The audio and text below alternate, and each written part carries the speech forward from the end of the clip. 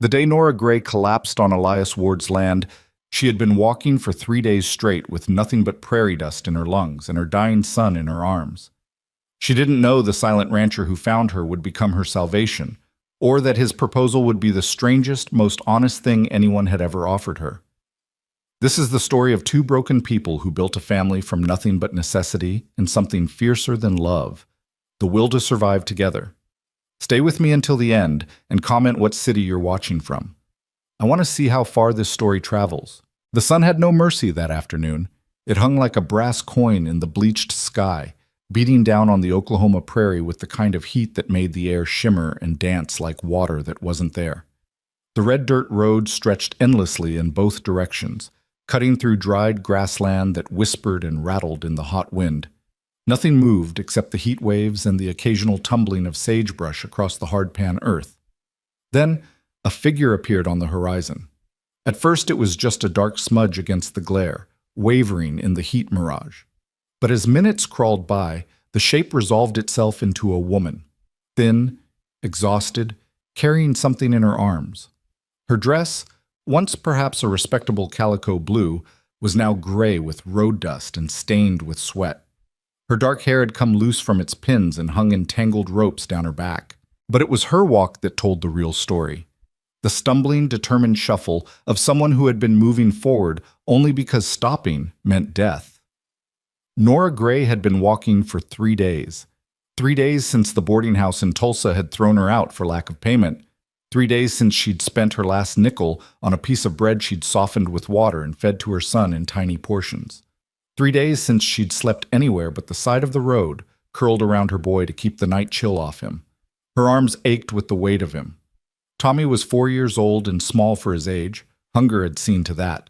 But even a small child becomes heavy after miles of carrying. His head lolled against her shoulder, his breathing shallow and hot. Fever. He'd been burning up since yesterday evening, and Nora had no medicine, no money, no way to help him except to keep walking towards something, anything that might offer shelter. "Mama," Tommy whimpered against her neck. His voice was barely a whisper. "Mama, I'm thirsty." "I know, baby, I know."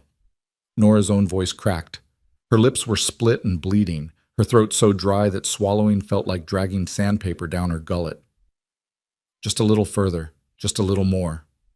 It was a lie, and she knew it. She had no idea where she was or where she was going.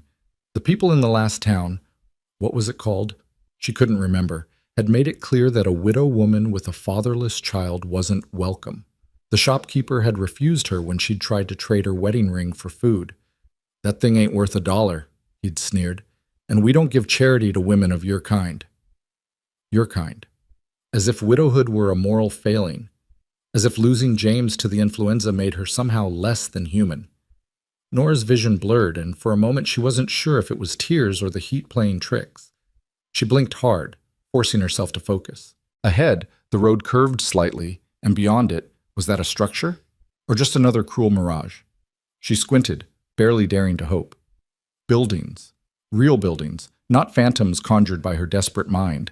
A house, a barn, corrals, the dark shapes of cattle in a distant pasture. A ranch. "Tommy," she breathed. "Tommy, baby, look. There's a place, someone who might help us." The boy stirred weakly but didn't lift his head.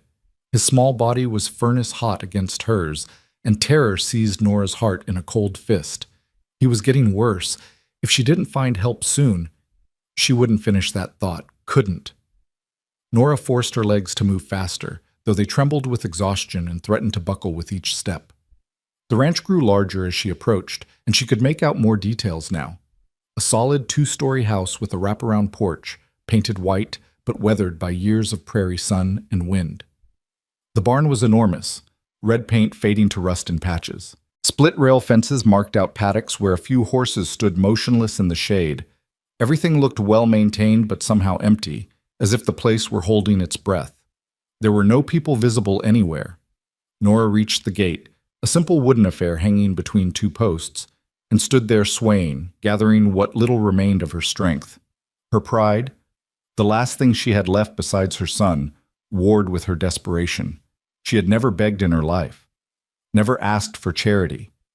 James had always provided, and after he died, she'd worked her fingers raw, taking in washing, mending, anything to keep them fed and housed. But now there was nothing left. No pride, no options, no time. She pushed through the gate. The ranch yard was packed earth, swept clean. A water pump stood near the house, and the sight of it made Nora's throat constrict with desperate thirst. But she forced herself past it, climbing the 3 steps to the porch with legs that barely obeyed her. She raised one shaking hand and knocked on the door.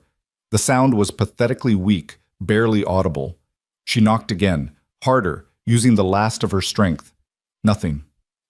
"Please," Nora whispered, then louder. "Please. Is anyone home? My son is sick. Please. I just need—" Her legs gave out. She caught herself on the porch railing, but the movement jostled Tommy, and he cried out, a thin, painful sound that cut through her like a knife. Nora's knees hit the wooden planks hard enough to bruise, but she barely felt it. She was beyond feeling anything but terror for her child. "Please," she sobbed, not even sure anymore if she was calling to the empty house or to God himself. "Please, somebody help us." The barn door opened. The sound of it, the creak of old hinges, the scrape of wood on wood, made Nora's head snap up.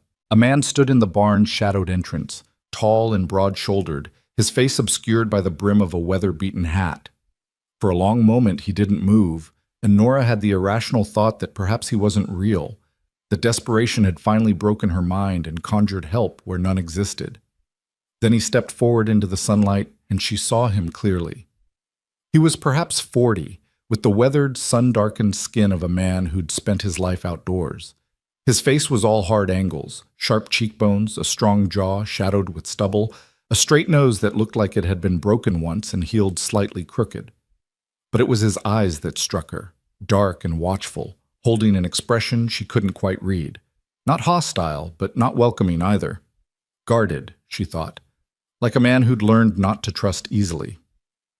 Elias Ward had been mending tack in the barn when he heard the knocking. At first he'd ignored it, probably another traveling salesman or missionary trying to sell him something he didn't need or save a soul he'd long since written off as lost. He'd let them knock and give up, same as always. But then he heard the woman's voice, the desperation in it, the plea for help. And then he heard her fall. His hands had stilled on the bridle he was working, his jaw tightening. Every instinct told him to stay where he was, to not get involved. He'd learned that lesson the hard way. Caring about people only led to pain when you inevitably lost them. Better to stay alone, to need nothing and no one, to let the world roll by without touching him. But the woman's sobs carried across the yard, raw and broken, and beneath them, the thin cry of a child. A child. Elias's chest constricted. His eyes moved unbidden to the corner of the barn where a small wooden cradle sat, draped with canvas to keep the dust off. He hadn't looked at it in 5 years, hadn't touched it, hadn't been able to make himself throw it away, or burn it, or do anything with it, except hide it and pretend it didn't exist. The child cried again. Before he'd made a conscious decision, Elias was moving. He set down the bridle with careful precision, as if maintaining that small amount of order could keep the chaos at bay, and walked to the barn door. He pulled it open and stepped out into the brutal afternoon heat. The woman was on his porch, on her knees, clutching a small boy against her chest. Even from this distance, Elias could see she was at the end of her rope, gaunt, sunburned, swaying even while kneeling. The boy in her arms looked worse, limp and fever-flushed. Elias stood frozen for a moment, decades of carefully constructed walls, warring with something more primal, something he thought he'd buried along with his wife and the child they'd lost. Then he was moving across the yard with long, quick strides. Nora heard his boots on the hard-packed earth and looked up. Her vision swam, but she could make out his shape approaching. She tried to stand, failed, and instead clutched Tommy tighter as if sheer will could protect him from whatever was coming. "Please," she managed. "My son, he needs water. He's burning up. I don't have any money, but I can work. I'm a hard worker. I can clean, cook, anything. Please, just help him. Please." Elias stopped a few feet away, looking down at them. Up close, he could see the woman was young, late 20s perhaps, though hardship had carved lines around her eyes and mouth. Her dress was threadbare, her shoes held together with string. The boy in her arms couldn't have been more than 4 or 5, his small face red with fever, his breathing rapid and shallow. "How long has he been sick?" Elias's voice was rough from disuse. He spoke so rarely these days that sometimes whole weeks passed without him saying more than a few words to the hands who worked his cattle. "Since yesterday." Nora's words tumbled over each other. "Maybe longer. I don't know, we've been walking, and I didn't have... When did he last drink?" "This morning. A little. From a stream. But it was muddy, and I think..." Her voice broke. "I think maybe that made it worse." Elias's jaw tightened. Bad water on top of heat exhaustion and what looked like at least a week of malnutrition. The boy needed help, and fast. He made a decision. "Come inside." He turned toward the house without waiting for a response. Nora blinked, certain she'd misheard. "What?" "Inside." Elias climbed the porch steps and opened the door, holding it with one hand while he looked back at her. "Bring the boy. I've got clean water and medicine." For a heartbeat, Nora didn't move. She'd learned to be wary of men who offered help. There was almost always a price, and it was rarely one she could afford to pay. But Tommy whimpered against her neck, his small body shaking with chills despite the heat, and she realized she was out of choices. She struggled to her feet, her legs nearly giving out again. Elias watched her sway, then set his jaw and came back down the steps. Without a word, he bent and scooped Tommy out of her arms with surprising gentleness for such a large man. "Wait!" Nora's maternal instinct flared despite her exhaustion. "What are you... Your boy needs water and medicine, and you're about to collapse. Unless you want both of you dead on my porch, move." His tone was brusque, but not unkind. Tommy didn't even stir at the transfer, his small body limp in Elias's arms. That more than anything convinced Nora to follow the stranger into his house. The interior was dim and blessedly cool after the inferno outside. Nora had a vague impression of simple furniture, everything clean but Spartan, before Elias was moving through the front room toward what looked like a kitchen. He shouldered through a door, and Nora followed on shaking legs. The kitchen was large, dominated by a cast-iron stove and a sturdy table. Elias laid Tommy on the table with careful precision, then moved to a pump at the sink. He worked the handle, and after a few creaking protests, clear water gushed forth. He filled a tin cup and brought it back to the table. "Hold his head," he instructed Nora. She obeyed, cradling Tommy's skull gently while Elias brought the cup to the boy's cracked lips. Water dribbled into his mouth, and for a terrible moment, Tommy didn't respond. Then his throat worked in a weak swallow, and he made a small sound, almost a whimper of relief. "That's it," Elias murmured, his voice dropping to something softer. "Easy now, not too fast." He let the boy drink in small sips, patient and unhurried. Nora watched his hands, large, calloused, scarred from years of ranch work, handle her son with unexpected tenderness. When Tommy had drunk perhaps half the cup, Elias pulled it away despite the boy's weak protest. "Too much at once will make him sick," he explained, setting the cup aside. He placed a broad hand on Tommy's forehead and his mouth tightened. "He's burning up. You got a name?" "Nora. Nora Gray. And this is Thomas." "Tommy." Her voice shook. Will he... Fever's high, but I've seen worse." Elias moved to a cabinet and pulled out a brown bottle and a clean cloth. "We'll get some willow bark tea in him, cool him down with wet cloths. He's young and tough. Should pull through." Should, not will. But it was more hope than Nora had allowed herself in days, and she clung to it like a lifeline. Elias worked with quiet efficiency, steeping the willow bark in hot water, then cooling it enough for the boy to drink. He got several spoonfuls down Tommy's throat, then soaked the cloth in cool water and laid it across the child's forehead. All the while he said little, his face set in grim concentration. Nora swayed on her feet, watching. The relief of being out of the sun, of seeing her son finally getting care, made the adrenaline that had been keeping her upright drain away all at once. The room tilted. "Sit." Elias's hand closed around her elbow, steadying her. He guided her to a chair with the same careful handling he'd shown Tommy. "When did you last eat?" Yesterday? No, the day before. I had some bread, but I gave most of it to Tommy." The words came out thick and slow, her mind fogging now that the immediate crisis was being managed by someone else. Elias said nothing, but his expression darkened. He moved to the stove, where a pot sat with what smelled like beef stew. He ladled out a bowl, set it in front of her with a spoon, and simply said, "Eat." Pride flickered weakly in Nora's chest. "I can't. I don't have money to pay you. Not now, but I meant what I said. I can work. I'm strong, and I'm good with eat first, talk after." Elias's tone brooked no argument. Nora looked down at the bowl. The stew was thick with vegetables and chunks of beef, and the smell of it made her stomach clench with desperate hunger. Her hand shook as she picked up the spoon. The first bite was transcendent. She barely tasted it before swallowing, then took another and another. Some distant part of her knew she should eat slowly, that her empty stomach might rebel, but she couldn't stop.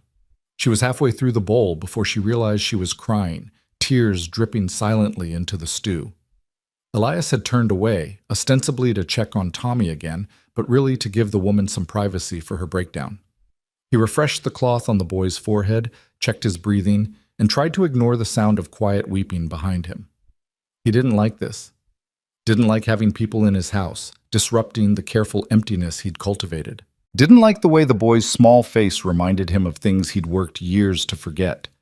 Didn't like the protective instinct that had surged through him when he'd seen them collapsed on his porch.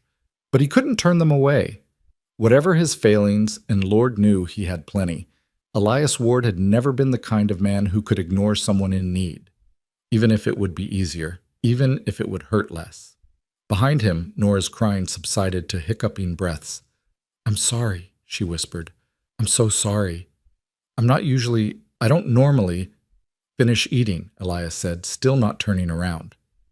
"Then you can tell me how you ended up on my land half dead with a sick child."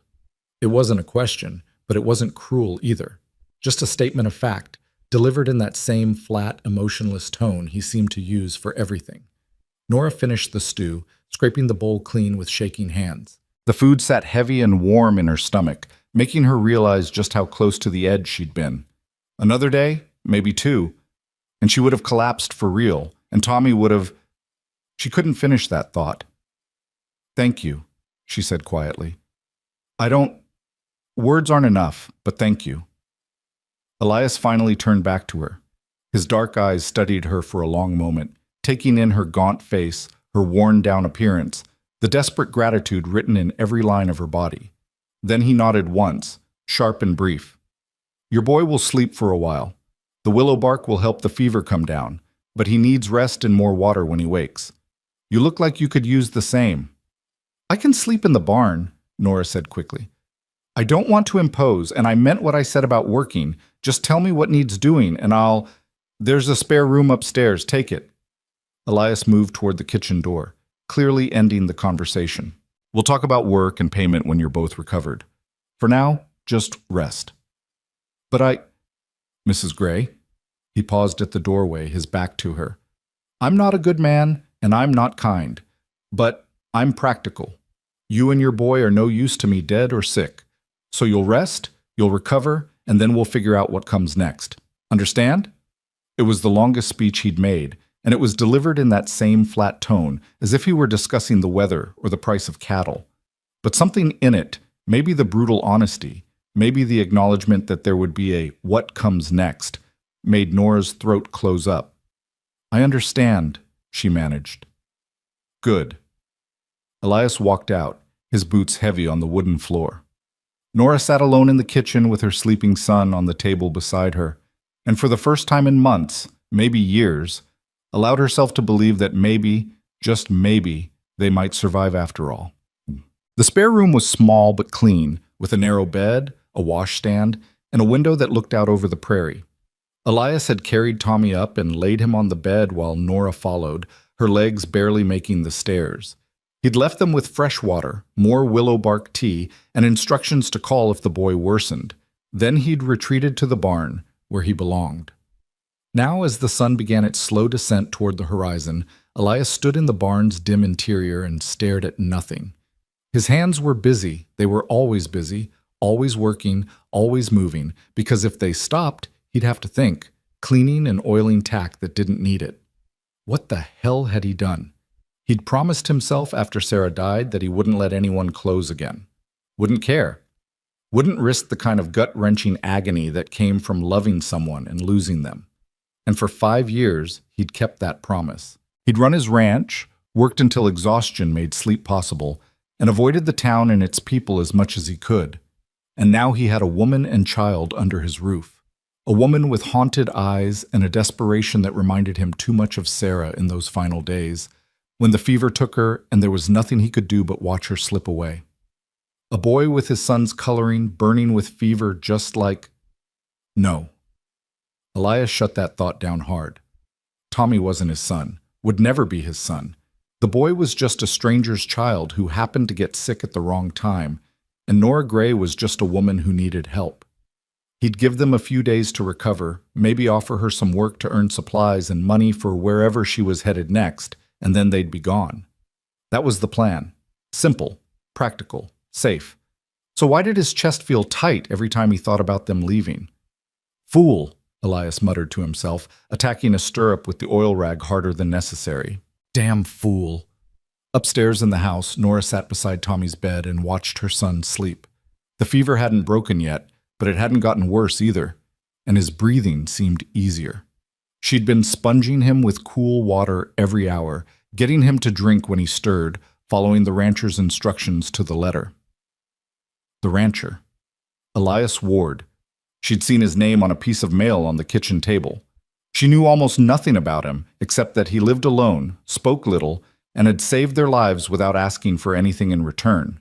Yet, Nora had learned that kindness usually came with a price tag. Men didn't just help women for nothing, especially not women like her, widowed, penniless, with a child and no prospects. There would be expectations. There were always expectations. But what choice did she have? She'd been at the end of her rope when she stumbled onto this ranch, and if Elias Ward wanted payment she couldn't afford, well, she'd figure that out when it came. For now, Tommy was safe and cool and sleeping in a real bed, and that was worth almost any price. Almost. Nora's hand drifted unconsciously to her throat, where James's ring hung on a thin chain.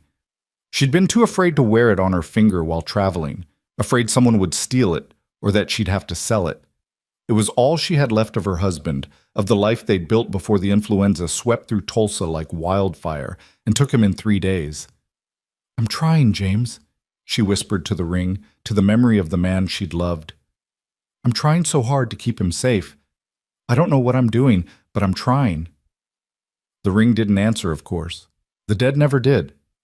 Tommy stirred, whimpering, and Nora pushed aside her melancholy to focus on her son. She dampened the cloth again and laid it on his forehead, murmuring soft reassurances until he settled back into sleep. Outside, the sun touched the horizon, painting the sky in shades of orange and red. The prairie grass rippled like water in the evening breeze, and the cattle lowed softly in the distance. It was beautiful in a stark, lonely way, this endless land under an endless sky. Nora watched it from the window and wondered how long they'd be allowed to stay. A week? 2? And then what? Where would they go next? She had no answers. For now, all she could do was tend her son, accept the stranger's hospitality, and hope that whatever price Elias Ward eventually named would be one she could bear to pay. In the barn, Elias finished with the tack and moved to evening chores. The horses needed feeding, the stalls needed mucking, the chickens needed their coop secured against coyotes. Familiar work, routine work, the kind that didn't require thought. But even as his body went through the motions, his mind kept drifting back to the house, to the woman and child inside, to the way Tommy's small hand had clutched at his shirt when he'd carried him upstairs, seeking comfort even in fever-addled unconsciousness, to the desperate gratitude in Nora's eyes, like he'd handed her the world instead of just a bowl of stew and a bed. He didn't want their gratitude, didn't want to be anyone's savior, didn't want to feel the uncomfortable twist in his chest when he thought about them leaving. But he did feel it, and that was the problem. As the stars began to emerge in the darkening sky, Elias made his final rounds, checking locks, dousing the lanterns, securing the ranch for the night. At the house, he paused, looking up at the lit window of the spare room. A shadow moved past it, Nora checking on her son. He should go up there, check on the boy's fever, make sure they had everything they needed. But he didn't. Instead, Elias Ward turned away from his own house and walked back to the barn, where he climbed to the loft and laid out his bedroll in the hay. He'd sleep here tonight. And tomorrow night. For as long as they stayed, he'd give them the house and keep his distance. It was safer that way. For all of them. But as he lay in the darkness, listening to the prairie wind howl around the barn's walls, Elias couldn't shake the memory of Tommy's small, fevered face or Nora's desperate tears. And he couldn't quite convince himself that he was doing this purely out of practicality. Some part of him, the part he'd tried to bury along with his wife and unborn child, had woken up the moment he heard that woman's voice crying for help, and no amount of emotional distance or careful routine was going to put it back to sleep. Not anymore. The fever broke on the third morning. Nora woke to find Tommy's forehead cool to the touch, his breathing deep and even, his small body finally relaxed instead of rigid with chills. She sat on the edge of the bed and wept silently, her whole body shaking with relief so profound it hurt. For 3 days she'd barely slept, hovering over her son, sponging him with cool water, coaxing sips of willow bark tea between his cracked lips, terrified that each breath might be his last. But he'd survived. They both had. Through it all, the rancher had appeared like clockwork, morning, noon, and evening, bringing fresh water, more medicine, simple meals that Nora forced herself to eat because she knew Tommy needed her strong. Elias never lingered, never made conversation beyond terse questions about the boy's condition. He'd check Tommy's fever with a broad hand to the forehead, nod at whatever Nora reported, and leave again, his boots heavy on the stairs. He hadn't asked her story, hadn't pressed her about payment or how long she planned to stay, hadn't made any demands at all. It was unsettling. Now, with Tommy sleeping peacefully for the first time in days, Nora allowed herself to really look at the room she'd been occupying. Simple furniture, clean but worn. A faded quilt on the bed, patched in places but carefully mended. The walls were bare except for a single framed photograph on the dresser. She hadn't noticed it before, too consumed with caring for Tommy. She stood on shaky legs and crossed to examine it. The photograph showed a young woman, perhaps 20, with soft features and kind eyes.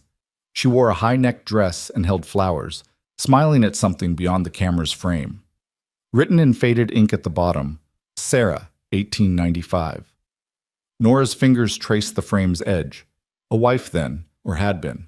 The past tense was written in the dust that had settled over the glass, in the way the photo faced slightly away from the room, as if someone had turned it and never turned it back. "Where did you go?" Nora whispered to the woman's image. "And why did you leave him so alone?" Downstairs, a door opened and closed. Heavy footsteps crossed the front room. Nora quickly stepped away from the photograph, feeling like she'd been caught snooping. She smoothed her dress, still her only dress, now washed in the basin and dried overnight, and tried to compose herself. She needed to go down, to thank Elias properly, to discuss what came next. The anxiety that had been held at bay by Tommy's illness now rushed back full force. She had no money, no prospects, nowhere to go. And she'd been living in this man's house for 3 days, eating his food, using his medicine. The debt was mounting, and eventually it would have to be paid. Nora checked Tommy one more time, still sleeping peacefully, then made her way downstairs on legs that trembled from more than just exhaustion. Elias stood at the kitchen stove, his back to her, stirring something in a pot. He'd removed his hat, revealing dark hair threaded with gray at the temples. His shoulders were rigid, his movements precise and controlled, as if he were holding himself together through sheer force of will. "Mr. Ward?" Nora's voice came out smaller than she'd intended. He turned, and for just a moment, something flickered across his face, surprise maybe, or something softer, before his expression closed down into that now familiar guarded neutrality. "The boy?" he asked. "Better.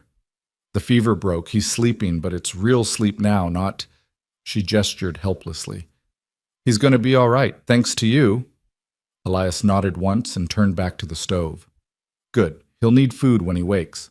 Broth first, then we'll see if he can handle solids. Mr. Ward, I—" Nora clasped her hands together to stop their shaking. "I need to talk to you about payment, about what I owe you. I meant what I said about working.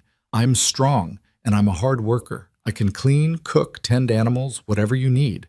And I won't ask for wages, just room and board until the debt is settled. I know it might take a while, but I promise I'll— Mrs. Gray. Elias's voice cut through her nervous rambling. He still didn't turn around. When did your husband die? The question caught her off guard. What? Your husband. You wear a widow's dress and you've got a ring on a chain around your neck. When did he die? Nora's hand flew to her throat, to the ring hidden beneath her collar. 7 months ago. The influenza. And you've been on your own since then? You and the boy? Yes. No family? No one to take you in? James was an orphan. His parents died when he was young, and my family— Her voice hardened. My father made it clear I wasn't welcome after I married James. Said I was choosing poverty over sense. I haven't spoken to him in 5 years. Elias was quiet for a long moment. The only sound was the gentle bubbling of whatever he was cooking and the morning breeze through the open window. How'd you end up here? He finally asked. Nora swallowed hard. She didn't want to tell this story, didn't want to relive the humiliation and desperation of the past months. But he'd asked, and she owed him at least the truth. After James died, I tried to keep us going in Tulsa. I took in washing, mending, whatever work I could find, but it wasn't enough. The boarding house wanted payment I couldn't make. They threw us out 2 weeks ago. Her voice remained steady, though it cost her. I thought maybe we could get to my cousin in Kansas. She married well. I thought maybe she'd help. But the towns along the way, people don't trust a woman alone with a child. They think— She couldn't finish. They think you're a whore, Elias said bluntly. That the boy's a bastard, and you're looking for a man to take advantage of. Nora flinched at the crude words, but she couldn't deny them. Yes. And you walked. For how long? 2 weeks, maybe more. I lost track. Jesus. The word was barely a breath. Elias finally turned to face her, and his expression was no longer neutral. Something burned in his dark eyes, anger, but not at her. You walked for 2 weeks across Oklahoma in August with a 4-year-old child. No money, no food. And not one person helped you? Some did. A farmer's wife gave us bread. A preacher let us sleep in his church one night. But most— Nora lifted her chin. Most just wanted us gone. We made them uncomfortable. Elias stared at her for a long moment, and Nora forced herself not to look away. Let him see what she was, proud, desperate, determined to survive. Let him make his judgment and name his price, and she'd pay it if she could. You'll work, Elias said finally, but not to pay off a debt. I'll pay you proper wages, same as I'd pay any hand, room and board included, and wages on top. You can save up, and when you've got enough to get wherever you're heading, you'll go. Fair? Nora blinked. She'd expected many things, but not this. I don't understand. Why would you— Because I need the help, Elias interrupted. Place this size doesn't run itself. I've got 3 hands who work the cattle and handle the heavy labor, but the house is a mess and I can't cook worth a damn. You can handle the domestic work, cooking, cleaning, laundry, the vegetable garden that's been dying for lack of attention. And the boy, when he's well, can help with light chores. Feeding chickens, gathering eggs, that sort of thing. It's practical, that's all. But it wasn't all, and they both knew it. Practical would be sending them on their way with a few supplies and a pointed reminder that he wasn't a charity. This was something else, something that made Elias's jaw tight and his eyes avoid hers. Still, Nora wasn't fool enough to question good fortune when it appeared. That's more than fair, Mr. Ward. Thank you. Elias, he said gruffly, if you're staying and working, we might as well use first names. Then you should call me Nora. He nodded, then gestured to the pot on the stove. Chicken broth. When the boy wakes, get some in him. There's bread in the box there, and eggs if you want to make breakfast. I've got work to do. He was moving toward the door, fleeing, really, when Nora's voice stopped him. Elias? He paused but didn't turn around. Why are you doing this? And please don't say it's just practical. His shoulders tensed. For a long moment, Nora thought he wouldn't answer. Then, quietly, almost too quietly to hear, because nobody helped her either, when the fever took her. And I couldn't save her. Before Nora could respond, before she could ask who her was, Though she thought she knew, Elias was gone, the screen door banging shut behind him. Nora stood alone in the kitchen of a stranger's house that was somehow now hers to manage, and felt tears prick her eyes again. Not from sadness this time, but from the overwhelming realization that maybe, just maybe, there were still good people in the world, or at least people who'd known enough pain to recognize it in others. The rest of that first week passed in a careful dance of coexistence. Tommy recovered quickly, as children do, going from deathly ill to restless in the space of a few days. By the end of the week, he was begging to go outside.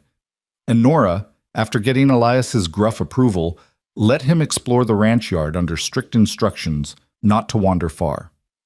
She watched from the kitchen window as her son discovered the joy of open space after months of being cooped up in boarding house rooms and walking endless roads. He chased chickens, though never caught them, examined every rock and stick with 4-year-old fascination, and spent an hour watching a barn cat hunt mice in the tall grass. And he watched Elias. The rancher worked constantly, moving between barn and pasture and corral with single-minded focus. He handled the horses with calm competence, mended fences with methodical precision, and did 100 other tasks that Nora couldn't even name. Tommy followed his movements with wide eyes, occasionally creeping closer when he thought no one was watching. Elias never acknowledged the boy's presence, never spoke to him or shooed him away, just worked as if Tommy didn't exist, though Nora noticed he was careful never to do anything that might be dangerous with a small child nearby. Inside, Nora threw herself into work. The house, she discovered, was clean but neglected in ways that spoke of a man who'd stopped caring about anything beyond basic function. The windows were dusty, the curtains faded, the floors swept but not scrubbed. The kitchen was serviceable but joyless, with mismatched dishes and a single pot and pan that had seen better days. She started with the kitchen, scrubbing every surface until it gleamed. She washed the curtains and hung them in the sun to bleach. She found a forgotten herb garden behind the house, choked with weeds, and spent an afternoon rescuing the sage and thyme and rosemary that had survived years of neglect. And she cooked. That first proper meal, roast chicken with herbs, biscuits, and green beans from the garden, she set out at sunset, calling Elias in from whatever he was doing. He appeared in the kitchen doorway, covered in dust and sweat, and stopped short at the sight of the table set with actual plates and serving dishes instead of the usual pot he ate directly from. "What's all this?" His voice was suspicious. "Dinner," Nora said simply. "You've been working all day. Sit." "I can eat in the barn. Don't need to make a fuss." Elias Ward, "You hired me to cook, and I cooked. Now sit down and eat before it gets cold." Something flickered across his face. Surprise, maybe amusement, but he sat. Tommy was already at the table, eyes wide at the feast before him. The boy had eaten nothing but broth and soft bread for days, and the sight of real food made him nearly vibrate with excitement. "Mama, can I have a biscuit? Mama, look how big the chicken is. Mama?" "Tommy, hush and let Mr. Ward say grace." Both males looked at her in surprise. "What?" Tommy asked. Elias cleared his throat. "Haven't said grace in years, Nora." "Well, then it's past time you started." She folded her hands and bowed her head, leaving them no choice but to follow suit. The prayer was simple. Thanks for food, for health, for shelter. When Nora finished, she looked up to find Elias staring at his plate with an unreadable expression. "Something wrong?" she asked. "No, just—" He shook his head. "This looks like something Sarah would have made." It was the first time he'd spoken his wife's name aloud in Nora's presence. The words hung in the air, fragile and aching. "Then I hope I did it justice," Nora said quietly. They ate in silence after that, but it wasn't uncomfortable. Tommy chattered occasionally, and Nora responded, and gradually, Elias's rigid posture eased. By the end of the meal, he'd cleaned his plate twice, and when Nora offered him a third serving, he actually almost smiled. "You weren't lying about being able to cook," he said. "My mother made sure I learned properly, even if she didn't approve of who I married." Nora began clearing the dishes. "There's also pie. Apple, from your root cellar." This time, Elias did smile, small and brief, but real. "Haven't had pie in 5 years." "Then you're overdue." That night, after Tommy was tucked into bed and the kitchen was clean, Nora sat on the porch and watched the stars emerge. The prairie night was vast and alive with sound, crickets, wind, the distant howling of coyotes. It was nothing like Tulsa, nothing like anywhere she'd ever lived, but there was a strange peace to it. The barn door opened and Elias emerged, silhouetted against the lamplight within. He saw her on the porch and paused, clearly debating whether to approach or retreat. Nora made the decision for him. "Nice night." "Yeah." He climbed the porch steps slowly, like a man approaching a skittish horse. "Boy sleeping?" "Out cold. I think the fresh air exhausted him, in a good way." Elias nodded and leaned against the porch railing, his gaze on the dark horizon. They stood in silence for a while, neither quite comfortable but not uncomfortable either. "Can I ask you something?" Nora finally ventured. "Depends what it is." "Why do you sleep in the barn?" Elias's jaw tightened. "How'd you know that?" "I hear you leave after dinner, and the house is empty except for me and Tommy. Doesn't take much to figure out." "It's my barn. I'll sleep where I want." "I'm not criticizing, just wondering why you'd give up your own house." Elias was quiet for so long that Nora thought he wouldn't answer. Then, "Too many ghosts in that house, especially at night. The barn's easier." Nora understood. She'd felt the weight of memory in certain rooms, the sense of absence that was almost a presence. The spare room where she and Tommy slept. It had been meant for a child, she thought. The cradle in the barn confirmed it. A child who'd never been born, or who'd been born but hadn't survived. "I'm sorry," she said softly, "for whatever happened, for whoever you lost.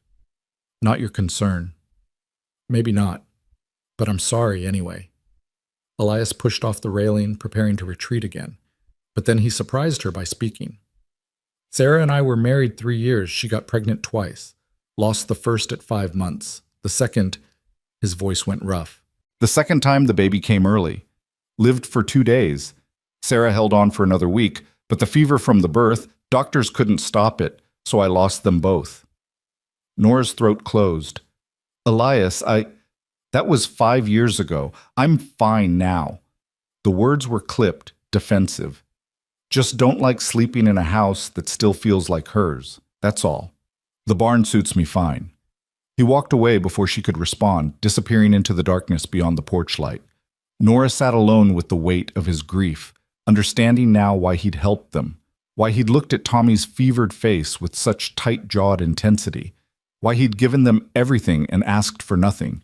He was trying to save them because he hadn't been able to save his own family. Nora closed her eyes and said a prayer, for Elias, for Sarah, for the babies who'd never grown up, and for herself and Tommy, who'd been given an unexpected chance at survival by a man still drowning in old sorrow. The second week brought changes, subtle but real. Tommy began following Elias around the ranch more boldly, his natural child's curiosity overcoming his initial shyness. The rancher didn't encourage it, but he didn't discourage it either. When Tommy asked questions, and 4-year-olds had endless questions, Elias would answer in brief, gruff sentences. "Why are the chickens in a pen?" "Keep the coyotes from eating them." "What's a coyote?" "Wild dog. Mean." "Can I see one?" "No." "Why not?" "Because they're mean, boy. Pay attention." But despite the gruff tone, Nora noticed Elias never sent Tommy away.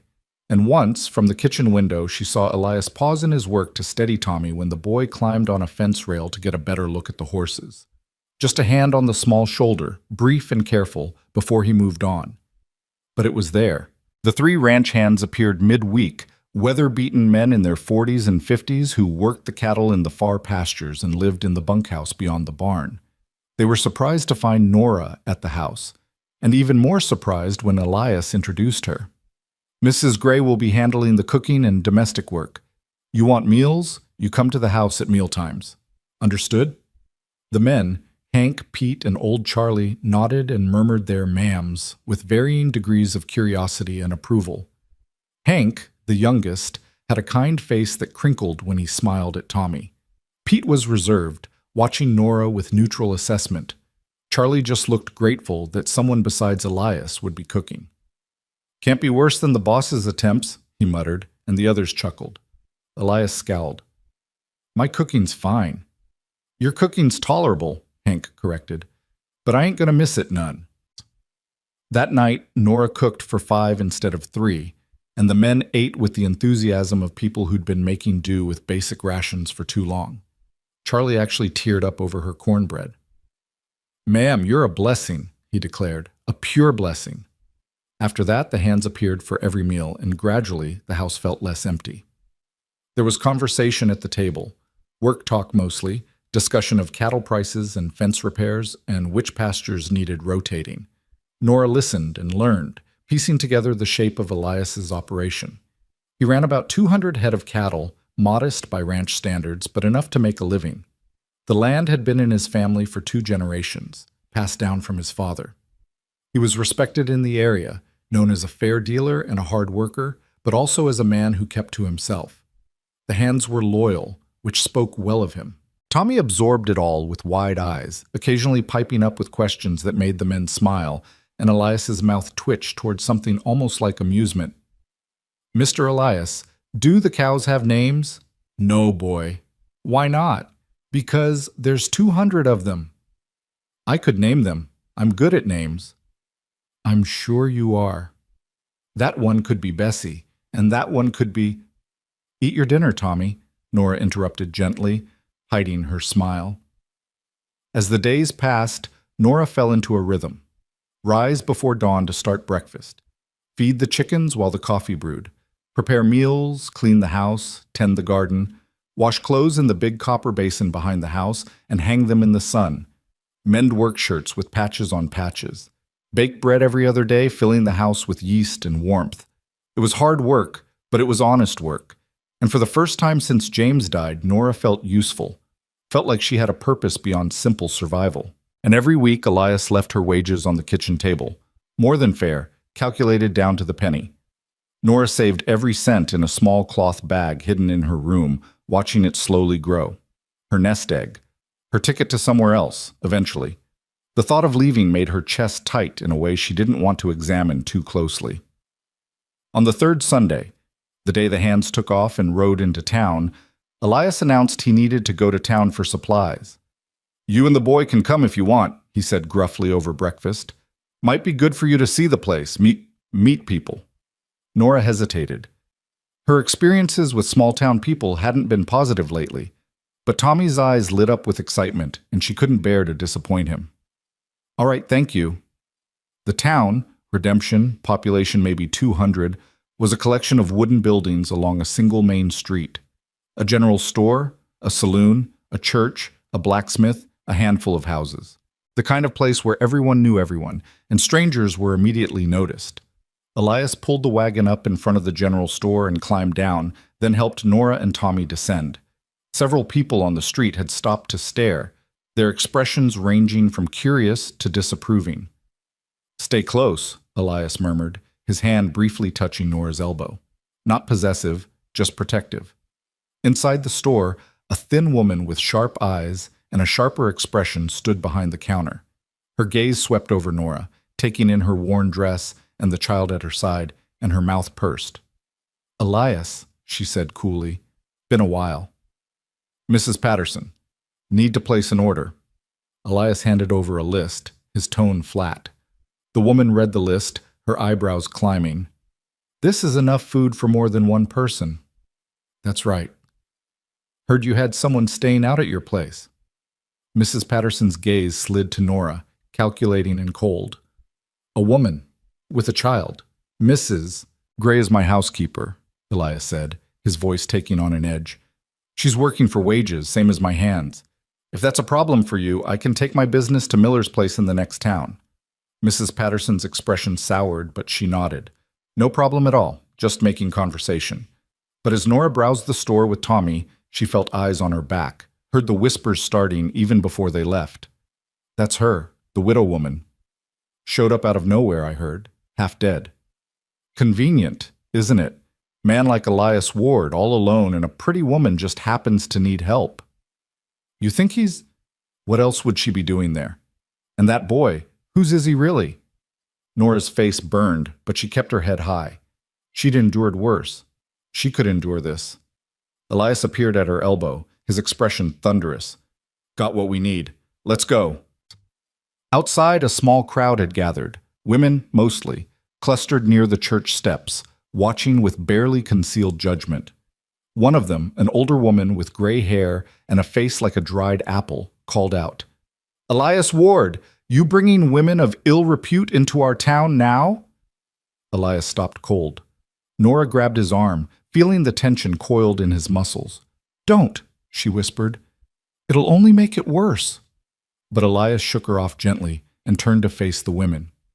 When he spoke, his voice carried across the street, cold and hard as iron. "Mrs. Crowley, Mrs. Patterson, ladies, Mrs. Gray is a widow who needed work. I hired her. She lives in my house, yes, but under my roof, she and her son are under my protection. If anyone has a problem with that, they can take it up with me directly. But I'd advise against spreading gossip about a woman who's done nothing wrong except survive circumstances beyond her control. We clear?" The women shifted uncomfortably, but Mrs. Crowley wasn't finished. "It's not proper, Elias, a single woman living with a single man. People will talk." "People always talk," Elias said flatly. "Let them. Mrs. Gray is staying. End of discussion." He turned his back on them, a deliberate dismissal, and helped Nora and Tommy into the wagon. As they pulled away, Nora looked back to see the women still clustered together, their mouths moving with furious speculation. "I'm sorry," she said quietly. "I didn't mean to cause you trouble." "You didn't cause anything," Elias replied, his hands tight on the reins. "Small-minded people cause their own trouble. Don't worry about them." But Nora did worry. She worried that the gossip would damage Elias's reputation, make it harder for him to do business. She worried that Tommy would hear the cruel words and understand what they meant. She worried that eventually Elias would decide they weren't worth the trouble. Tommy, oblivious to the tension, chattered happily about the things he'd seen in town. Elias let the boy's voice fill the silence, not contributing but not stopping him either. When they arrived back at the ranch, Nora climbed down from the wagon and turned to Elias. "Thank you for defending us. You didn't have to do that." "Yeah, I did." His dark eyes met hers, steady and sure. "You're under my roof. That makes you my responsibility. Anyone wants to come at you, they go through me first."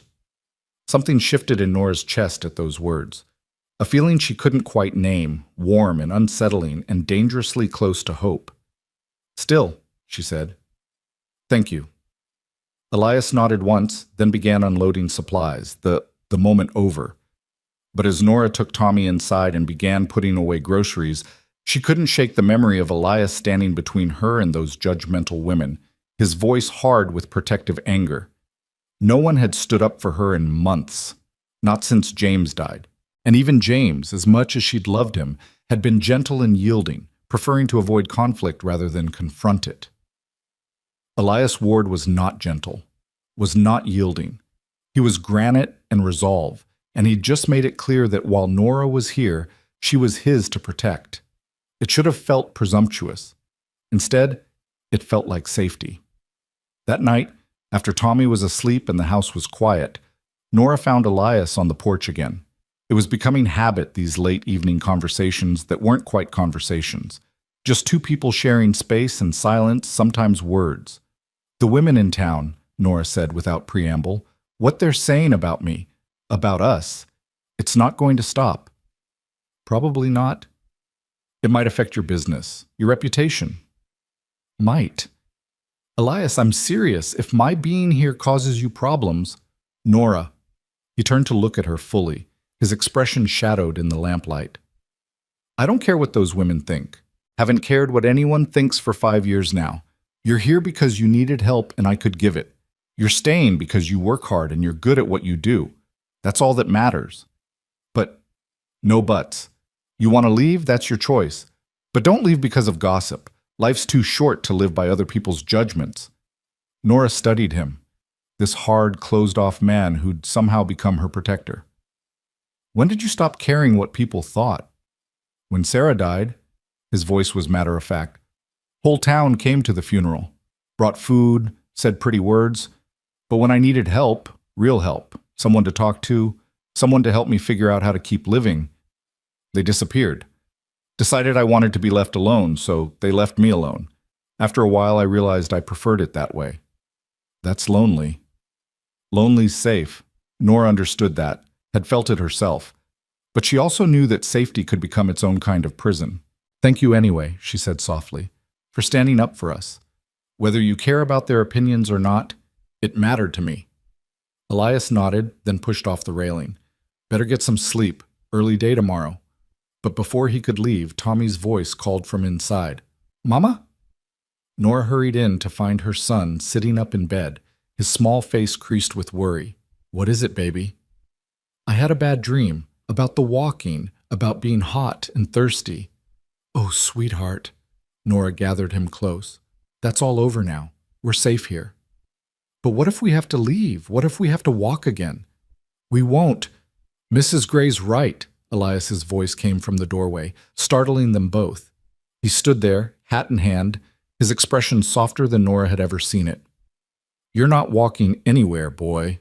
Not unless you want to. This is your home for as long as you need it."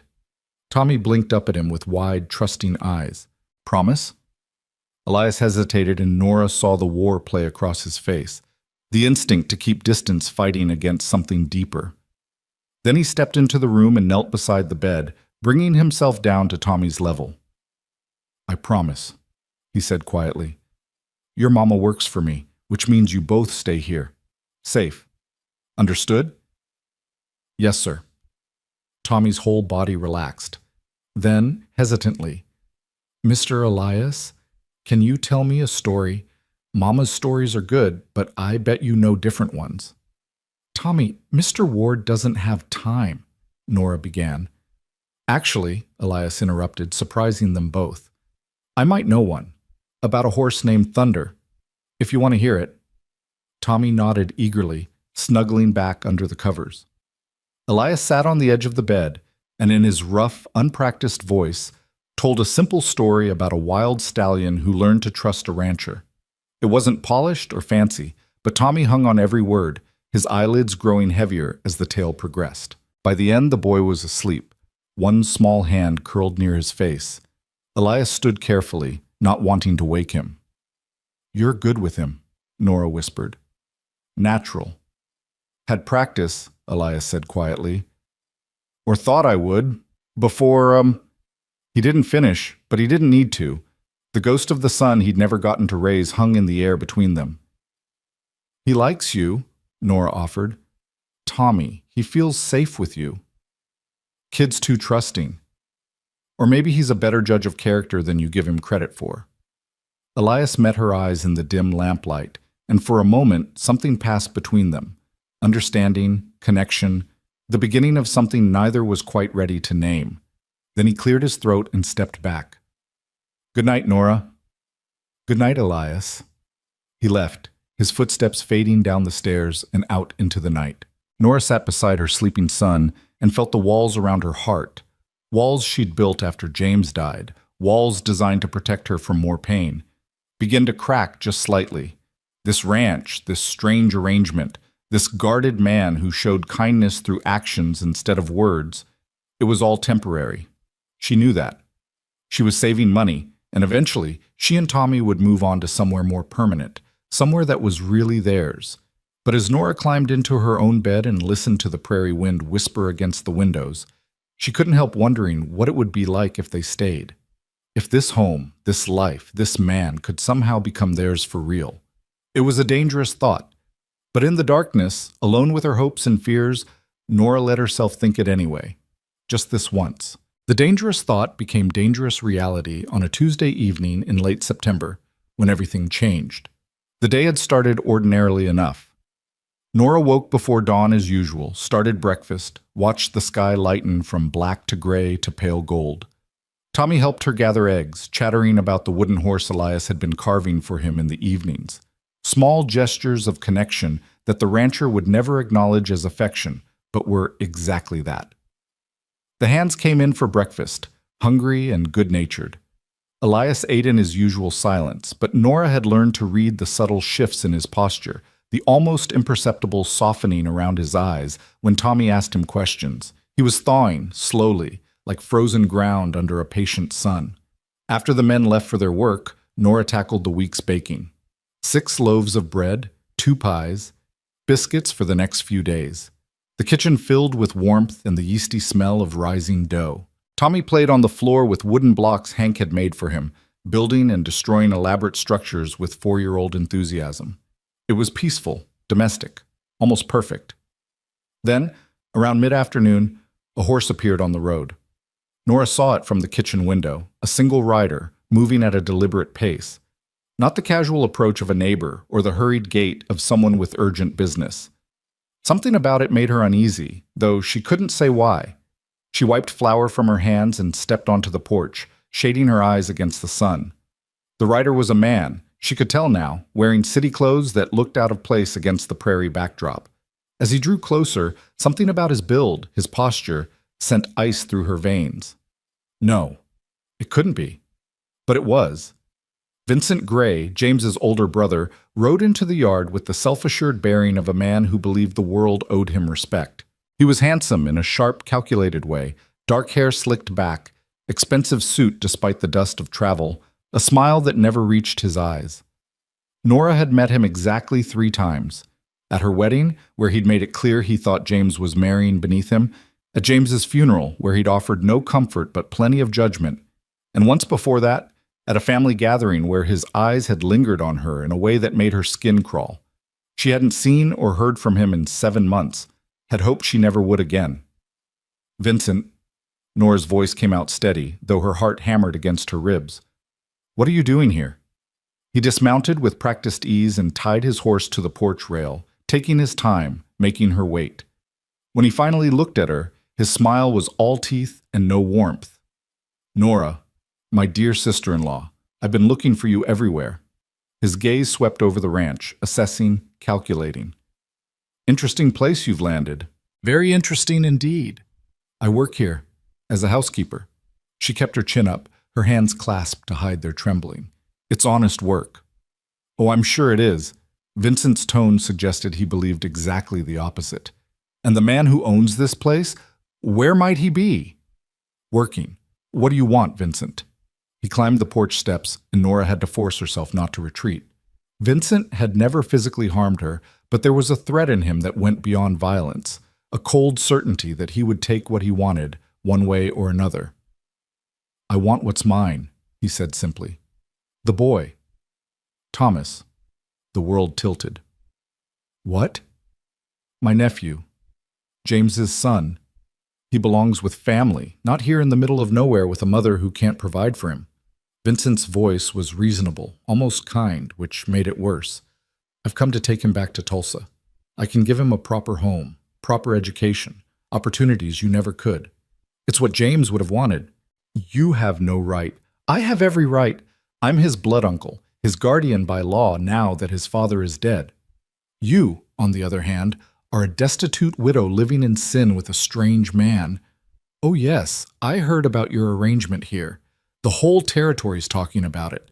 What judge would grant you custody over a respectable, financially secure family member? Nora's vision blurred. Tommy is my son, mine. You can't just... I can, and I will. Vincent pulled a folded paper from his jacket. I have a lawyer's letter right here, outlining my claim. Now, we can do this the easy way or the hard way.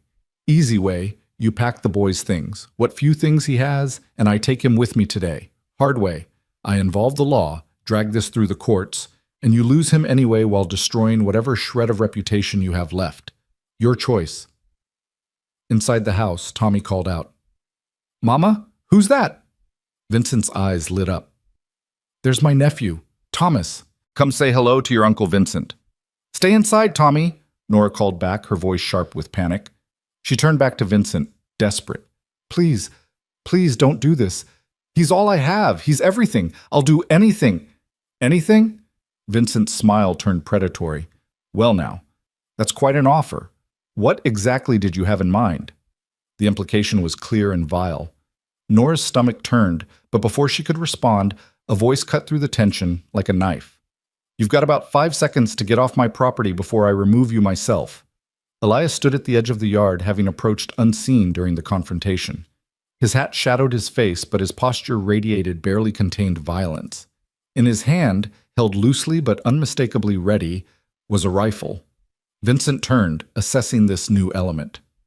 And you must be the famous Elias Ward, the man generous enough to take in my poor sister-in-law in her time of need. How charitable of you. But didn't ask who you were, asked you to leave. I'm Vincent Gray, James Gray's brother. I've come for my nephew. The boy has a mother. He stays with her. Vincent's smile never wavered. The boy has an uncle who can provide for him properly. Mrs. Gray, as you can see, is in no position to raise a child. Living here, under your roof, with no husband, no prospects, it's hardly appropriate. I'm sure you understand. What I understand is you're making threats on my land. Elias moved closer, and something in his movement made Vincent actually take a step back. Don't much care for that. I have legal standing. Don't care about that either. Elias climbed the porch steps, positioning himself between Vincent and Nora. What I care about is that woman there is under my protection. So's her boy. And nobody, lawyer or no lawyer, family or not, takes them from this ranch unless she agrees to it, which, from the sound of things, she doesn't. Vincent's expression hardened. This isn't your concern, Mr. Ward. Made it my concern the day I hired her. Made it more my concern when you showed up here threatening her. So here's how this is going to go. You're going to get on your fancy horse, ride back to whatever hole you crawled out of, and forget you ever had a nephew. Because if you try to take that boy, you'll answer to me. And trust me, you don't want that. You're making a mistake, Vincent said coldly. I have resources, connections. I can make your life very difficult. Can you now? Elias's tone was almost conversational. Well, I've got 300 acres, a rifle, and no patience for city men who think they can come out here and push people around. Reckon we'll see whose resources matter more. For a long moment, the men stared at each other. Vincent's confidence had cracked just slightly, but there was something else in his eyes now, calculation. He was reassessing, planning his next move. Fine, he said finally. I'll leave. For now. But this isn't over, Nora. That boy is a Gray, and Grays take care of their own. I'll be back with the law, and when I am, your ranch hand here won't be able to help you. He spat the words ranch hand like an insult, the implication clear. Elias's jaw tightened, but he didn't rise to the bait. You know where the road is. Vincent mounted his horse, but before he rode off, he looked directly at Nora. Think about what's best for Thomas, Nora. Think about what James would have wanted. I'll give you 1 week to come to your senses. After that, I'm filing papers with the territorial court. He wheeled his horse and rode off at a gallop, leaving dust and dread in his wake.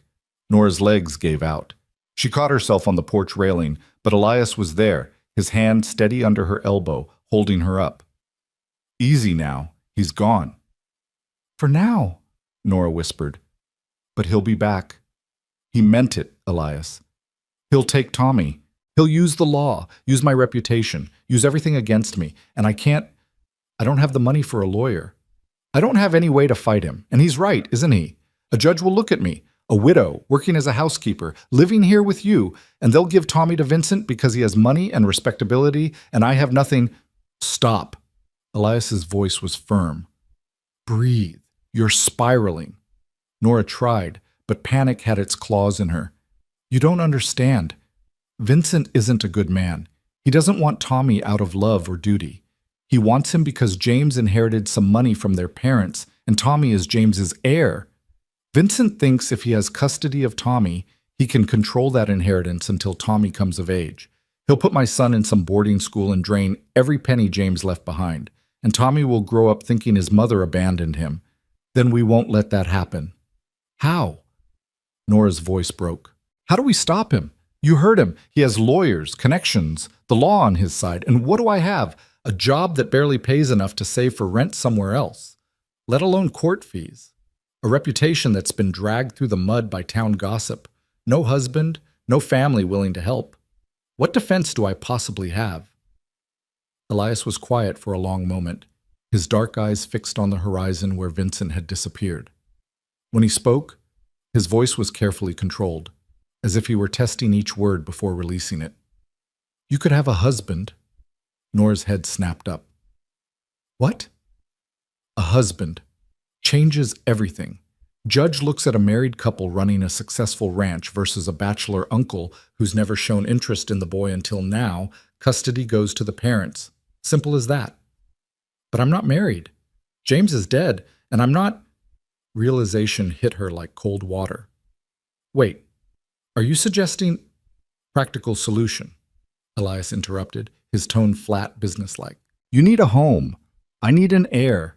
We can save each other. The words hung between them, stark and stunning. Nora stared at him, trying to process what he was offering. Marriage, not romance, not love, just a transaction, a business arrangement to solve both their problems. You can't be serious. Completely serious. Elias finally looked at her, and his expression was unreadable. I'm 42 years old, been alone for 5 years, figured I'd stay that way until I died. But the fact is, this ranch needs someone to pass to when I'm gone. Don't have children, won't have children. His voice caught almost imperceptibly on that word. But your boy, he could inherit, could learn the business, take it over eventually, and you'd have security, protection, a legal standing that no city lawyer could challenge. This is insane, Nora whispered. You can't just marry someone as a business transaction. Why not? People do it all the time, and arranged marriages, marriages of convenience. This isn't any different. We both get what we need, and nobody gets hurt. But, Nora's mind raced, but that's not fair to you. You'd be tied to a woman you barely know, taking on responsibility for a child who isn't yours, all to help us fight Vincent. Why would you do that? Elias's jaw worked, and for a moment she thought he wouldn't answer. Then quietly, because I know what it's like to lose a child, and I won't stand by and watch you lose yours. Not if I can prevent it. Tears burned Nora's eyes. Elias, don't. He held up a hand. Don't make it more than it is. This is practical, strategic. You need help, and this is help I can give. That's all. But it wasn't all, and they both knew it. This was a man who'd held himself apart for 5 years, who'd built walls so high nothing could reach him, offering to tear those walls down for people he'd known only a few weeks. It was monumental and terrifying and impossibly generous. I can't ask you to sacrifice yourself for us, Nora said softly. You're not asking. I'm offering. There's a difference. But marriage it's permanent. If you're doing this just to help me, you'd be trapped. Nora. Elias's voice was gentle for the first time since she'd known him. I've been trapped in grief for 5 years. This isn't trap. This is purpose. Something to build instead of something to mourn. If you can live with that, then we have a deal. Inside the house, Tommy called again, his voice tinged with worry. Mama, is everything okay? Nora looked toward the door, toward her son, the center of her universe. Then back to Elias, this hard, broken man who was offering her salvation in the most unexpected way possible. I need to think about this, she said finally. It's not a decision I can make in 5 minutes. Fair enough, but Vincent gave you a week. After that, he's coming back with lawyers and court orders, so think fast. He walked away back toward the barn, leaving Nora alone with the weight of an impossible choice. The next 3 days were agony. Nora moved through her tasks in a daze, her mind spinning with possibilities and consequences. Marriage to Elias would solve the immediate problem. Vincent couldn't claim Tommy if she had a husband, especially not one with Elias's standing in the community. The ranch hands respected him. He owned his land outright. He was exactly the kind of stable, respectable man a judge would favor. But marriage wasn't just a piece of paper. It was a lifetime commitment, and Nora had already lived that once with James. The difference was, she'd loved James, had chosen him freely, had built a life with him based on affection and partnership and hope for the future. What Elias was offering wasn't that.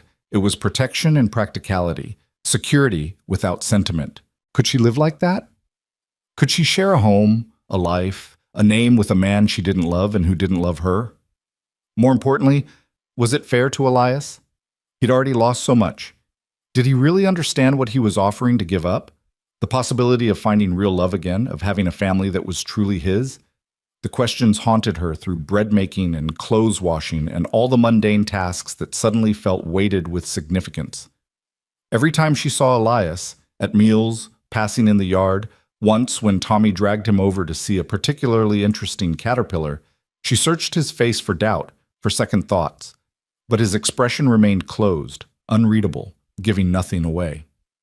On the third night, Nora found Hank alone in the barn, mending a broken harness by lantern light. The old cowhand looked up when she entered, his weathered face crinkling into a smile. "Evening, ma'am. Something I can do for you?" "Actually, I was hoping to ask you something about Elias." Hank's smile faded into something more cautious. "What about him? Has he always been so closed off, so alone?" The old man was quiet for a moment, working leather through his calloused hands. Then, "Not always, no. When Miss Sarah was alive, he was different. Not exactly cheerful, mind you. Elias was always on the serious side, but he'd smile. Laugh, even. Had plans for the ranch, for their future together. Then she died, and the baby with her. And it's like something in him just shut down. Been 5 years, and he still sleeps out here instead of in the house. Still keeps her picture on the dresser, but doesn't look at it. Still sets aside money in an account he won't touch because it was supposed to be for the child's education." Nora's throat tightened. "He told me about what happened." "Did he now?" Hank looked surprised. "That's something. Boss doesn't talk about it. Not to anyone. Fact that he told you means he trusts you, ma'am. That's rare." "Hank, if someone wanted to help him, to give him a reason to live beyond just existing, do you think he'd accept it, or would he push them away?" The old cowhand studied her for a long moment, his eyes knowing. "Depends on how it was offered, I reckon. Elias don't like charity, don't like people feeling sorry for him. But if it was practical, mutually beneficial, something that served a purpose beyond just making him feel better, then yeah, I think he might accept it. Might even welcome it, down deep, though he'd never say so. Even if it meant letting someone close again, risking getting hurt? Ma'am, begging your pardon, but a man like Elias, he's already about as hurt as a person can get. Question isn't whether he'll risk getting hurt. Question is whether he's willing to risk feeling alive again." Nora left the barn with more to think about than ever. But Hank's words stayed with her, willing to risk feeling alive again. Was that what she'd be offering Elias? Not just a solution to her problem, but a chance for him to step back into the world of the living? And what about her own heart? Could she marry for practicality and protection, knowing she might never feel for Elias what she'd felt for James? Or worse, could she handle it if she did develop feelings for a man who'd made it clear this was purely transactional? On the fourth day, Tommy solved the dilemma in the way only a child could, with perfect, innocent clarity. He'd been following Elias around all morning, helping with chores in the way 4-year-olds help, which mostly meant getting in the way and asking constant questions. But Elias tolerated it with what Nora now recognized as his version of patience. At lunch, Tommy climbed into the chair next to Elias instead of his usual spot beside Nora. "Mr. Elias, can I ask you something?" "Suppose so." "Are you going to be my pa now?" The room went silent. Every hand stopped eating. Nora froze with a spoonful of soup halfway to her mouth. Elias stared at the boy with something like panic in his eyes. "What makes you think that, son?" "'Cause you take care of us. And you live here with us. And you carved me a horse. And you told me a story when I had bad dreams. That's what past do, right? So I thought maybe you were going to be mine." Nora found her voice. "Tommy, sweetheart, Mr. Ward is just being kind. He's not—" "Would you want that?" Elias interrupted, his eyes still locked on Tommy's face. "A pa like me?" Tommy nodded vigorously. "You're strong, and you know everything about horses and cows, and you don't get mad when I ask questions, and you make Mama smile sometimes, even though she tries to hide it. So yeah, I'd like that lots." Elias's expression cracked, just for a moment, showing something raw and aching underneath. Then he composed himself and looked across the table at Nora. "Reckon that settles it then," he said quietly. "If you'll have me." It wasn't a proper proposal. There was no romance in it, no flowery words or bended knee, just a practical question from a practical man, witnessed by a table full of cowboys and one oblivious 4-year-old who'd just accidentally orchestrated the whole thing. But somehow, it was perfect. "Yes," Nora heard herself say. "Yes, I'll marry you." Tommy cheered. The hands broke into startled grins and congratulations, and Elias just nodded once, sharp and final, as if they'd just agreed on a livestock purchase, rather than a lifetime commitment. "I'll ride to town this afternoon," he said. "Talk to Pastor Reynolds about a ceremony. Sooner we make it legal, sooner Vincent's claim loses standing. That work for you?" "That works fine," Nora managed, her heart pounding so hard she could barely hear herself think. "Good. Then it's settled." He stood, placed his hat back on his head, and walked out, leaving Nora alone with her decision and the sudden, terrifying realization that in less than a week, she'd be Mrs. Elias Ward. Not out of love, out of necessity. But as Tommy climbed into her lap and hugged her tight, whispering, "We get to stay, Mama. We really get to stay," Nora thought that maybe necessity was enough. Maybe love could come later, or never, and they'd still be okay. She had to believe that, because she'd just agreed to marry a man who still loved a ghost, and there was no going back now. That evening, after the hands had left and Tommy was in bed, Elias called Nora out to the porch. He held something in his hands, a small box worn with age. "This was my mother's," he said without preamble, opening it to reveal a simple gold band with a small garnet stone. "She gave it to Sarah. After Sarah died, I put it away. Figured I'd never need it again." He held it out to Nora. "It's yours now, if you want it." Nora stared at the ring, her throat tight. "Elias, I can't take Sarah's ring. It wouldn't be right." "Sarah's gone. You're here. And we need this to look real if we're going to convince a judge Vincent has no claim. So take it. Make it yours." Slowly, Nora reached out and accepted the box. The ring was beautiful in its simplicity, the garnet catching the lamplight like a drop of blood. "Thank you," she whispered. "Pastor Reynolds will do the ceremony day after tomorrow," Elias continued, his tone businesslike. "I told him it was sudden, but he's known me long enough not to ask questions. We'll need a witness. I'll ask Miss Maybelle from the neighboring farm. She's discreet." "Day after tomorrow," Nora repeated, letting the reality sink in. "That's fast. Vincent gave us a week. Better to be ahead of schedule than behind." "Right. Of course." Nora turned the ring box over in her hands. "Elias, I need to know, what happens after? After we're married, what does that look like? Do you expect, will we—" She couldn't finish, couldn't make herself ask about the intimate realities of marriage to a man she barely knew. But Elias understood. "This is a marriage on paper, Nora, for protection and practicality. I'm not expecting anything beyond that. You'll keep your room, I'll keep the barn, we'll live like we've been living, just with legal standing. That clear enough?" Relief and something that might have been disappointment warred in Nora's chest. "Very clear, thank you." "Don't thank me. This helps me as much as you. Boy needs a father, ranch needs an heir. We're solving problems, that's all." But it wasn't all, no matter how many times he said it. No man married a virtual stranger just to solve problems. There was something more driving Elias's offer, something he wouldn't or couldn't articulate. Nora could see it in the way he looked at Tommy, the way his expression softened when he thought no one was watching, the way he'd stepped between her and Vincent without a moment's hesitation. He cared. He just didn't know how to admit it.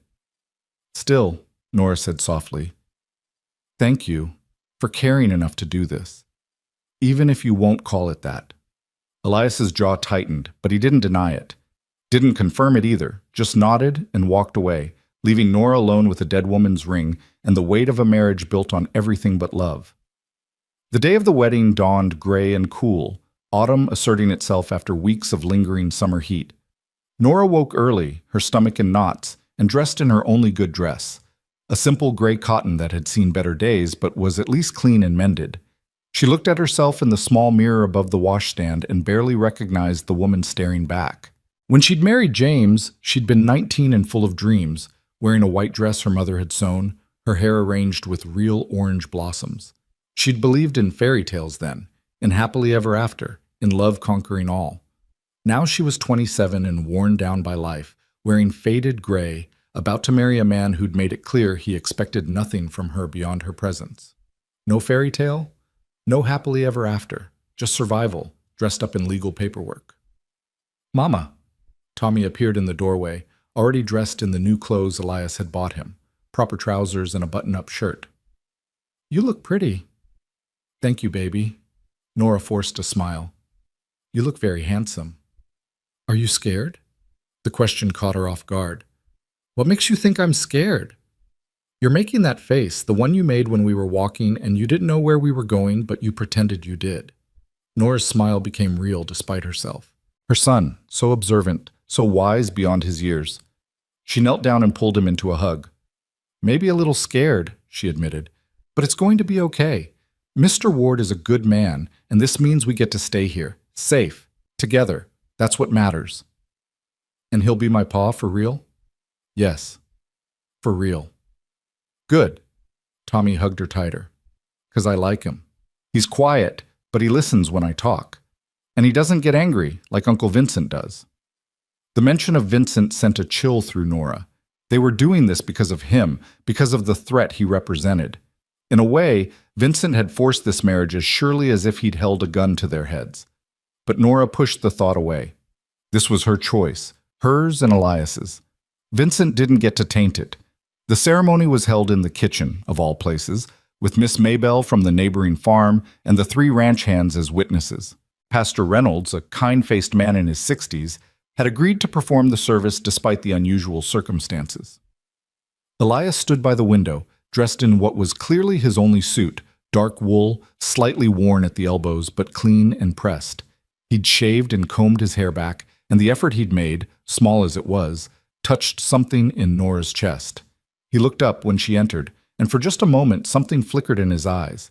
Surprise, maybe, or appreciation. Then it was gone, locked away behind his usual guardedness. "Ready?" he asked simply. "Ready." They stood side by side in front of Pastor Reynolds, and the old preacher began the familiar words. "Dearly beloved, gathered here, holy matrimony." The phrases washed over Nora like water, surreal and distant. This was happening. She was really doing this. "Do you, Elias Ward, take this woman to be your lawfully wedded wife, to have and to hold from this day forward, for better, for worse, for richer, for poorer, in sickness and in health, until death do you part?" "I do." Elias's voice was steady, certain. "And do you, Nora Gray, take this man to be your lawfully wedded husband, to have and to hold from this day forward, for better, for worse, for richer, for poorer, in sickness and in health, until death do you part?" Nora opened her mouth. This was the moment, the point of no return. She could still say no, could still grab Tommy and run, could take her chances with Vincent and the courts, and hope for the best. But Tommy stood beside her, his small hand gripping her skirt, his eyes bright with hope and trust. And Elias stood waiting, this hard, lonely man who'd offered her everything and asked for nothing. "I do," Nora said. Pastor Reynolds smiled. "Then by the power vested in me by the territory of Oklahoma, I pronounce you husband and wife. Elias, you may kiss your bride." The room went silent. Nora's eyes met Elias's, and she saw her own panic reflected there. They hadn't discussed this part, hadn't prepared for it. But Miss Maybelle was watching with misty eyes, and the pastor was waiting, and they needed this to look real. Elias leaned in slowly, giving her time to pull away if she wanted. Nora didn't move.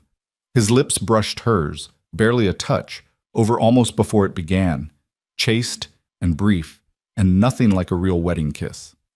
But Nora's heart hammered anyway, and when Elias pulled back, something in his expression had shifted, just slightly, just enough.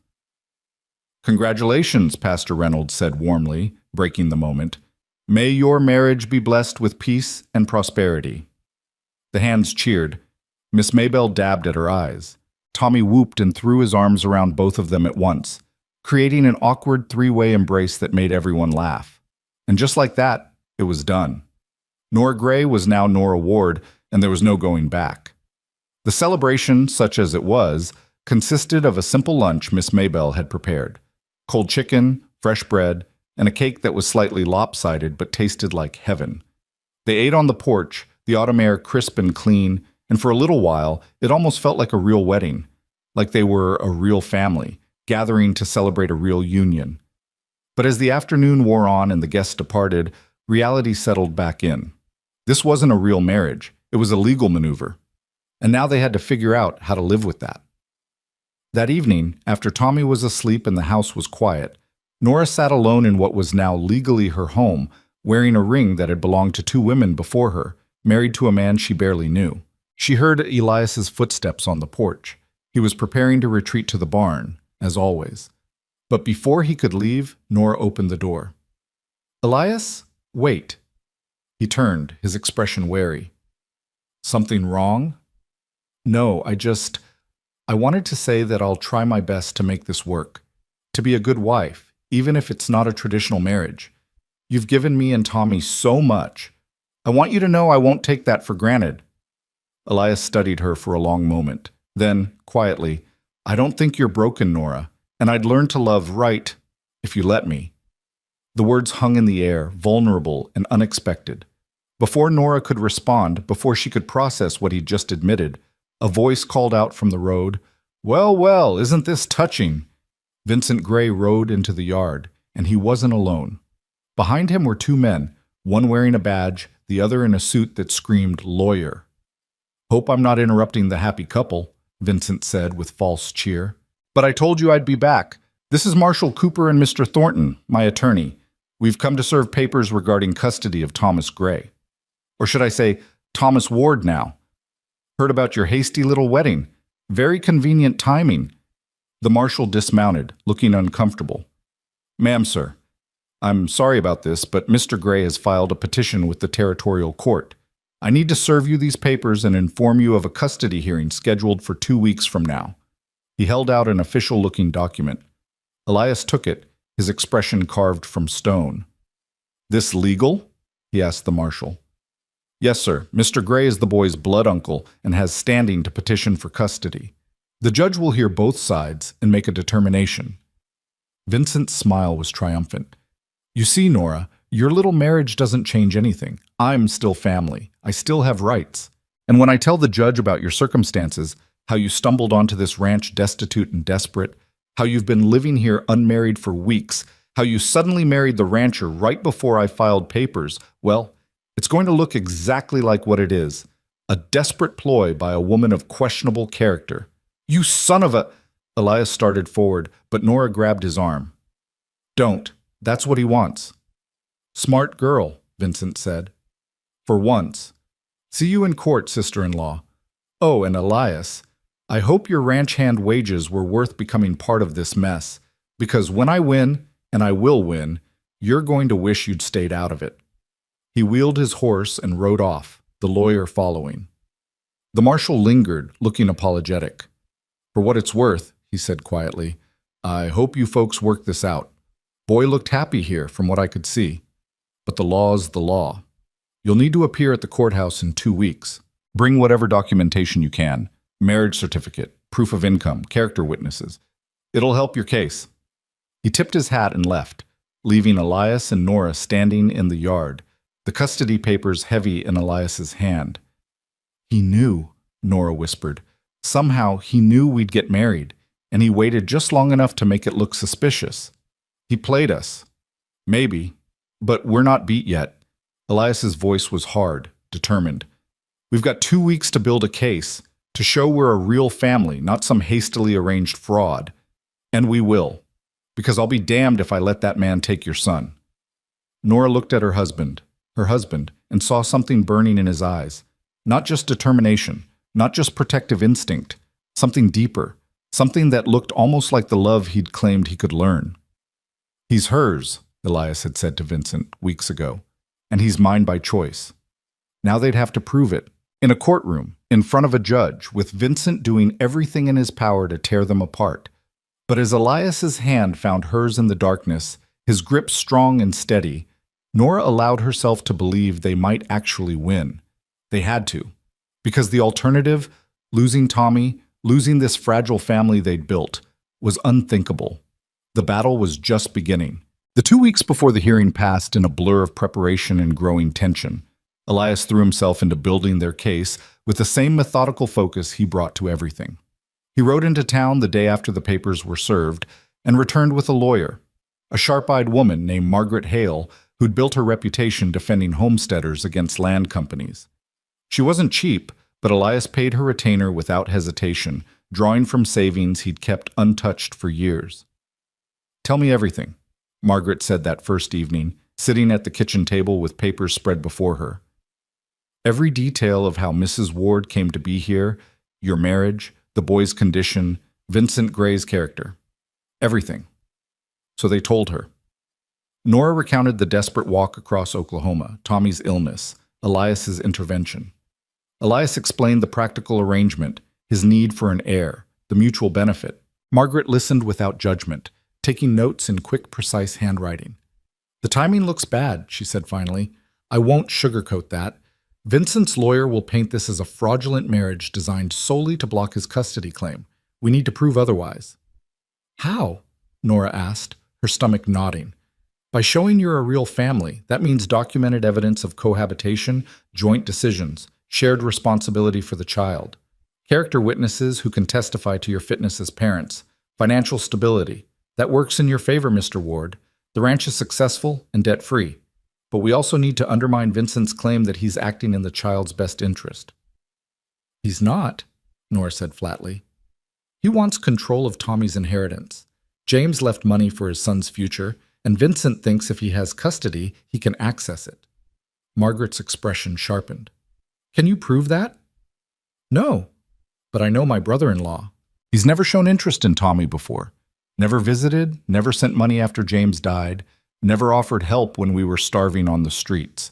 Now suddenly he wants custody. It's about the money. It has to be. Knowing and proving are different things. But I'll dig into his finances, see if there's evidence of debt or gambling or anything that might suggest financial motivation." Margaret closed her notebook.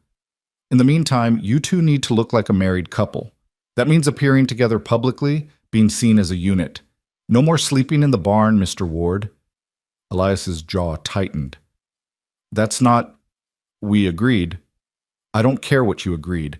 A judge who hears the husband sleeps in the barn will question the legitimacy of this marriage instantly.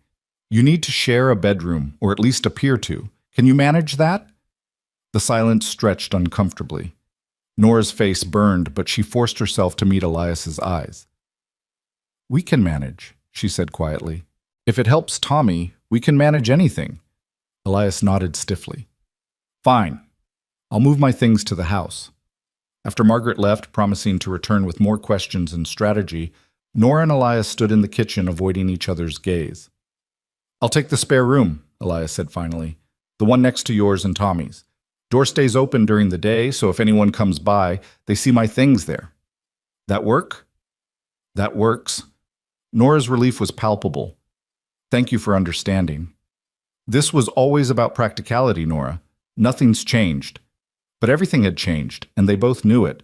The marriage that was supposed to be a simple legal arrangement had become a performance, and now they'd have to convince not just a judge, but an entire town that what they had was real. The next morning, Elias moved his belongings from the barn loft to the spare room, a process that took all of 10 minutes since he owned so little. A change of clothes, some books, his shaving kit, the accumulated possessions of a man who'd stopped caring about comfort years ago. Nora helped him make up the bed with fresh linens, hyper-aware of the intimacy of the task. Making a bed for your husband, such a simple, domestic thing. But with Elias, everything felt weighted with significance. "You don't have many things," she observed, smoothing the quilt. "Don't need much. Everyone needs something, something that brings them joy or comfort or, had those things once, didn't do much good when I lost them." Nora paused, her hand stilling on the fabric. "Elias, can I ask you something?" He tensed, clearly expecting a difficult question. "Go ahead." "Why did you really offer to marry me? And don't say it was just practical. I know you well enough now to know there's more to it than that." For a long moment she thought he wouldn't answer. He stood at the window looking out at the prairie, his shoulders rigid. "You ever lose something so completely that you convince yourself you'll never want it again?" he said finally. "That wanting is just setting yourself up for more pain, so better not to want it all?" "Yes," Nora whispered, thinking of James, of the life they'd planned that ended in 3 days of fever and delirium. "That's where I've been for 5 years. Not wanting, not hoping, just existing."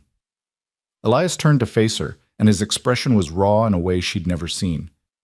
"Then you showed up with your boy, half dead and desperate, and something in me, something I thought was gone, woke up.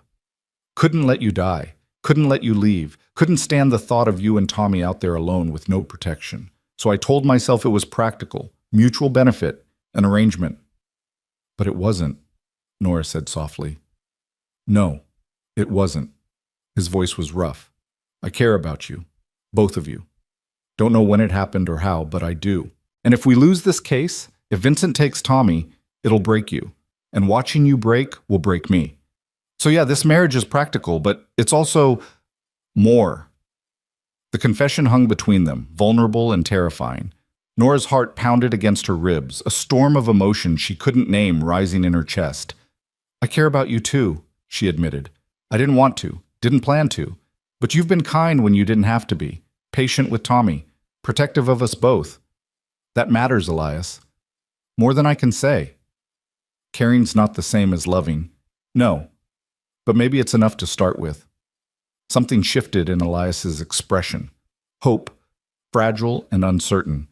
Before either could say more, Tommy's voice called from downstairs, breaking the moment. Mama, Mr. Elias, come quick. One of the chickens laid an egg right in front of me. They shared a look that held understanding and possibility, then went downstairs to admire Tommy's discovery. But something had changed between them. Some wall had been breached, some truth acknowledged. They weren't just playing at being a family anymore. They were becoming one. The town's reaction to their marriage was mixed at best.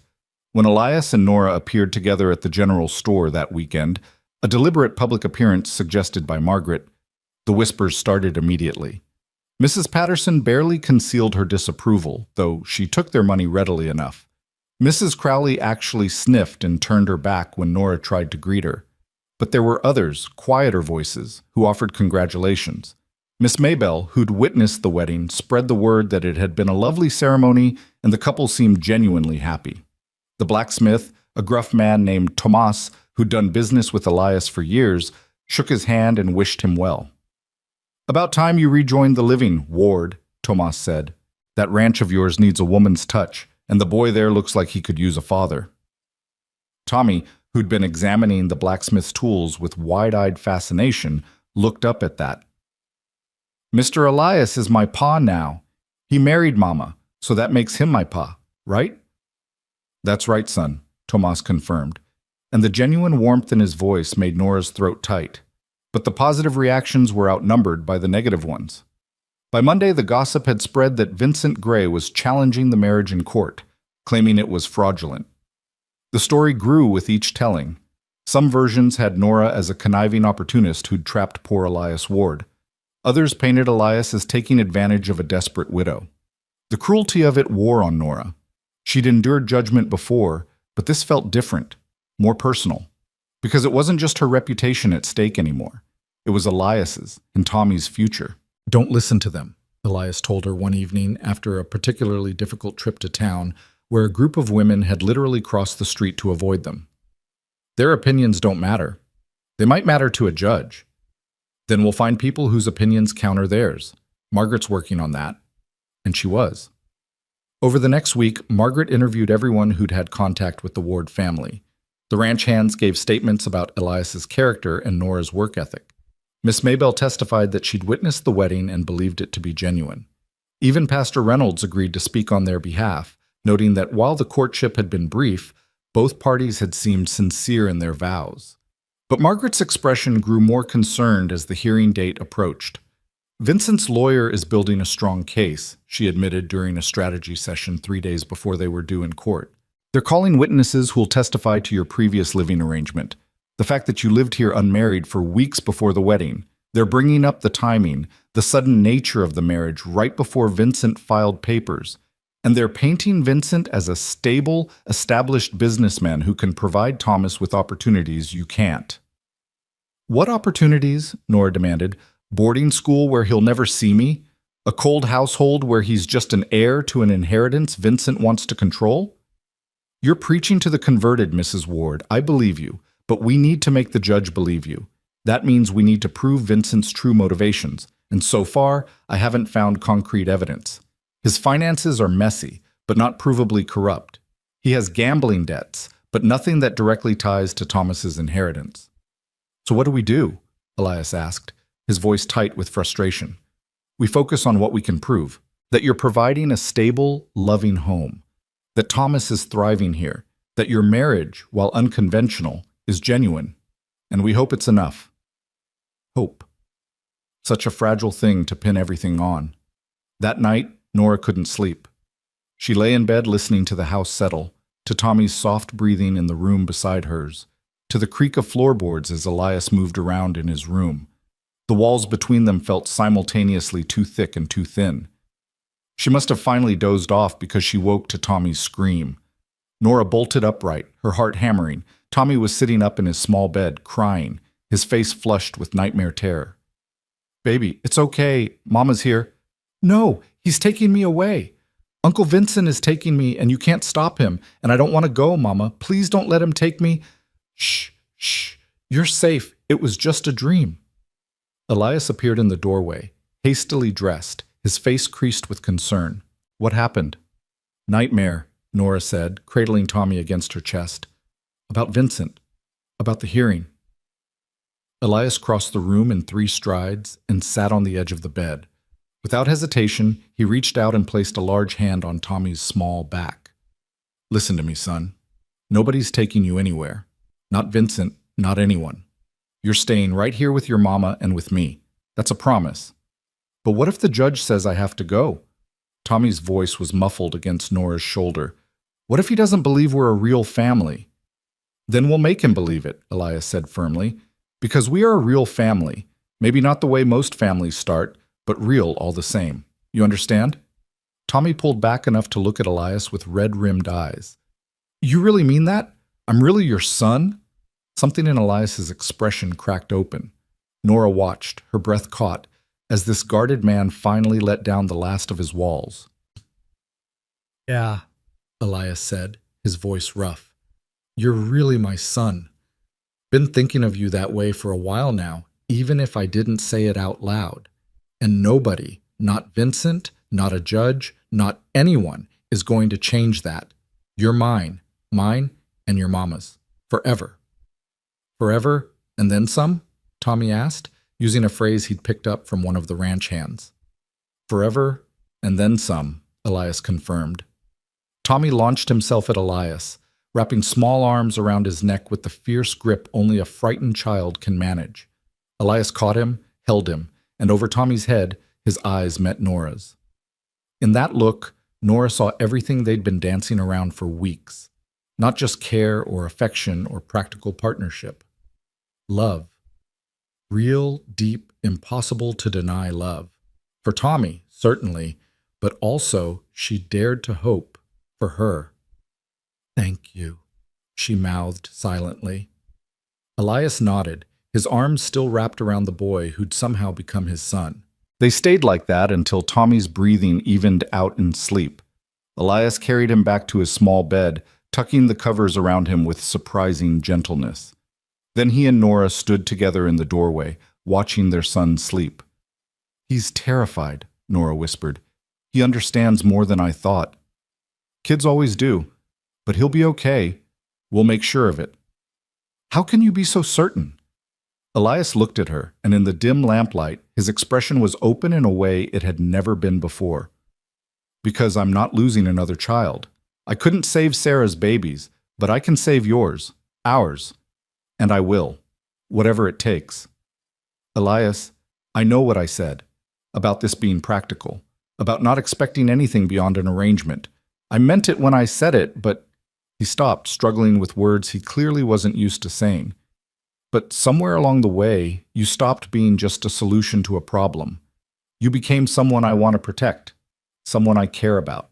Hell, Nora, you became someone I need, both of you. This family we've made, it's real to me, more real than anything's been in 5 years." Tears spilled down Nora's cheeks. "It's real to me too. I didn't want to admit it because I was afraid of caring again, afraid of losing again.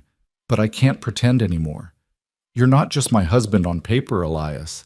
You're—" She didn't get to finish because Elias kissed her. Not like the chaste brush at their wedding, but real and deep and full of all the things neither of them had been brave enough to say. Nora's hands came up to grip his shoulders, and she kissed him back with equal fervor, 5 years of grief and loneliness and fear dissolving into this moment of connection. When they finally pulled apart, both were breathing hard. "Well," Nora managed, "that was, yeah." "Does this mean—" "It means I love you," Elias said bluntly. "Don't know when it happened, but I do. Love you and Tommy both. And if that changes things between us, if that makes you uncomfortable, it doesn't." Nora's smile was tremulous but real. "Because I love you too. I think I have for a while now. I was just too scared to admit it." Elias pulled her close, tucking her head under his chin, and for the first time since James died, Nora felt truly safe. Not just physically protected, but emotionally anchored, like she'd finally found the place she was meant to be. "We'll win this case," Elias murmured into her hair. "We'll prove to that judge that we're a real family, and Vincent will lose, and Tommy will stay right here where he belongs. I promise you that." "Don't make promises you can't keep." "I keep my promises, Nora, always have. And I'm promising you this. I will not let anyone take our son." "Our son?" The words settled into Nora's heart like a benediction. They stood there in the hallway, holding each other, until the lamp burned low and the prairie night deepened around them. Then they parted reluctantly, each retreating to their separate rooms, but something fundamental had changed. They weren't pretending anymore. They weren't performing for lawyers or judges or gossiping townsfolk. They were a family. Real and messy and complicated, yes, but real. And in 2 days, they'd have to prove it to a court of law. The morning of the hearing dawned cold and bright. Frost covered the prairie grass, and the air had the sharp clarity that comes with autumn turning toward winter. Nora dressed in her best, the gray dress she'd worn for the wedding, carefully pressed and mended. Elias wore his suit, and Tommy was buttoned into his good clothes, his hair combed flat despite his protests. They looked, Nora thought, like a proper family heading to church. She prayed they'd still be a family when the day was done. The courthouse in Guthrie was an imposing 2-story brick building that seemed designed to intimidate. The courtroom itself was all dark wood and hard benches, with a raised platform for the judge and witness stand to one side. Vincent was already there with his lawyer, Mr. Thornton, both looking confident and well-dressed. Vincent's smile when he saw them was pure calculation. "Nora, Elias, and little Thomas, don't you all look cozy?" "Save it for the judge," Margaret said sharply, steering them to their table. Judge Harriman entered precisely at 9 o'clock, a severe-looking man in his 60s with steel-gray hair and eyes that missed nothing. He took his seat, arranged his papers, and called the court to order. "This is a custody hearing regarding Thomas Gray, also known as Thomas Ward," he began. "Mr. Vincent Gray is petitioning for custody, claiming the current living arrangement is not in the child's best interest. Mrs. Nora Ward and Mr. Elias Ward are opposing the petition. Mr. Thornton, you may begin." Vincent's lawyer stood, and Nora's heart sank. He was good. Smooth and persuasive, he painted a picture of Vincent as the concerned uncle, the responsible family member trying to rescue a child from an inappropriate situation. "Your Honor, the facts are simple. Mrs. Ward, then Mrs. Gray, arrived at Mr. Ward's ranch destitute and homeless. She lived there, unmarried, for several weeks before a sudden wedding took place, conveniently just before my client filed his custody petition. This hasty marriage is clearly a strategic move designed to block Mr. Gray's legitimate claim to his nephew. He called his first witness, Mrs. Crowley from town, who testified with relish about the scandal of Nora living at the ranch unmarried, how the whole town had talked about it, how the marriage had seemed suspicious. "It all happened so fast," Mrs. Crowley said primly. "One moment she's a widow woman living in sin, next moment she's married. Very convenient, if you ask me." Margaret cross-examined but couldn't shake the woman's testimony. The damage was done. Vincent himself took the stand next, all false sincerity and concern. "I love my brother James very much," he said smoothly. "When he died, I wanted to help Nora and Thomas, but she disappeared before I could. I've been searching for them for months. When I finally found them, I was horrified to discover my nephew living on a remote ranch with people he barely knew. I only want what's best for Thomas, a stable home, proper education, family who truly care about him." "And you believe you can provide that?" Thornton asked. "Absolutely. I have a successful business, a comfortable home in Tulsa, connections that can ensure Thomas has every advantage. Compare that to a struggling ranch and a mother who was literally homeless weeks ago. Margaret's objection was sustained, but again, the words had landed. Then it was their turn. Margaret called Elias first. He took the stand stiffly, clearly uncomfortable, but his testimony was powerful in its honesty. Mrs. Gray, Mrs. Ward now, came to my ranch in desperate circumstances, he said. Her boy was sick, she was exhausted, and I helped them because it was the right thing to do. She worked for wages, same as any hand. The marriage came later, yes, but not because of Vincent Gray's threats. It came because... He paused, then looked directly at the judge. Because I fell in love with her, and with her son. They became my family. That's the truth of it. But the timing, Mr. Ward, Thornton pressed on cross-examination. You married Mrs. Gray just days before Mr. Gray filed his petition. Quite a coincidence. Not a coincidence, a necessity. Elias's voice was hard.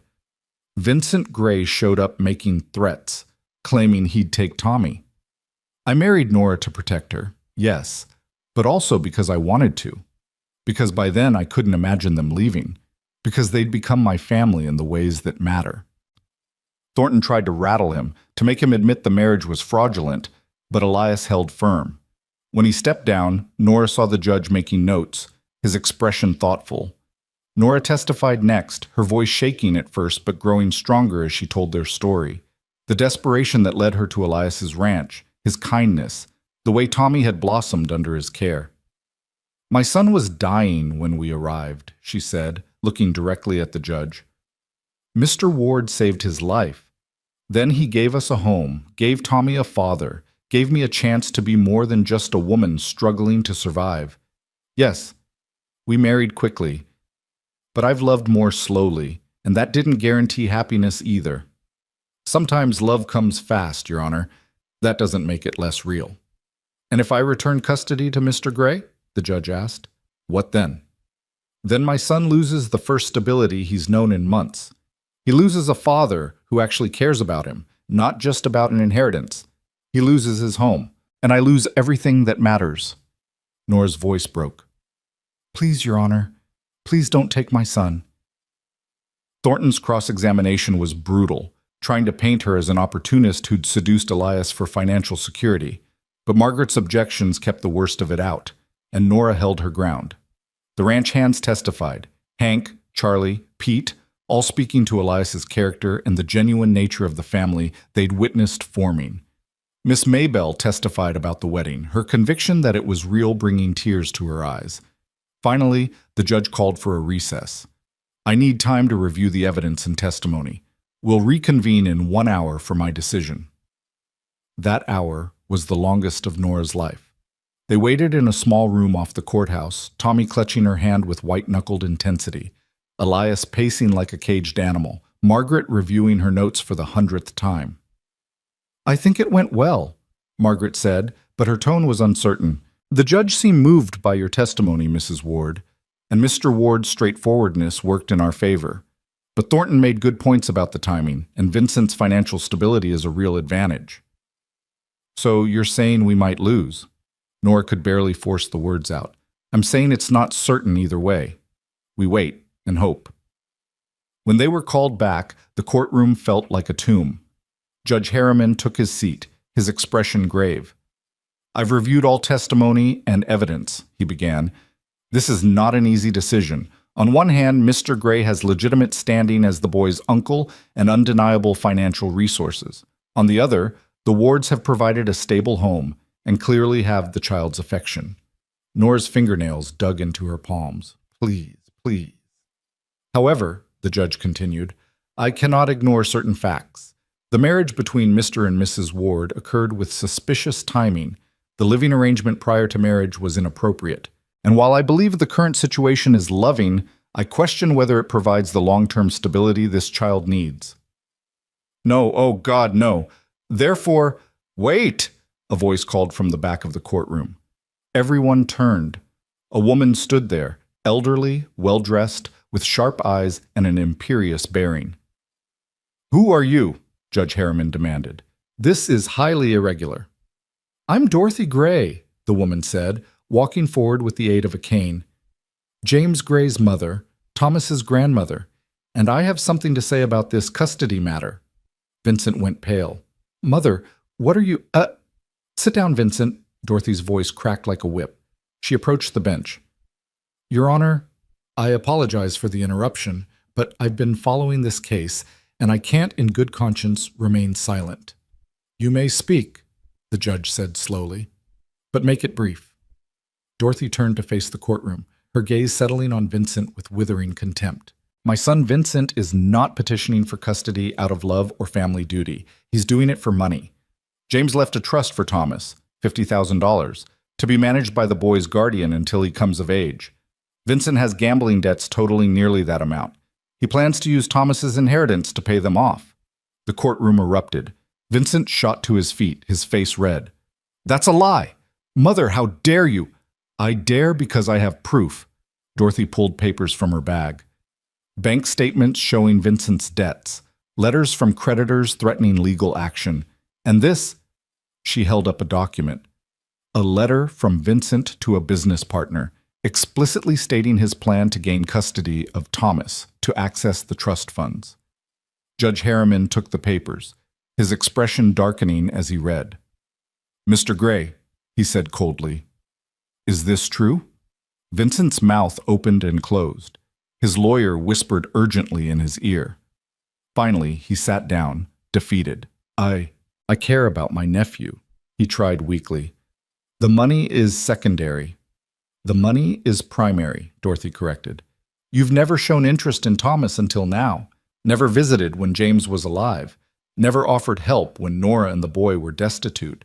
You're using my grandson, Vincent, using him like you've used everyone in your life, and I won't allow it.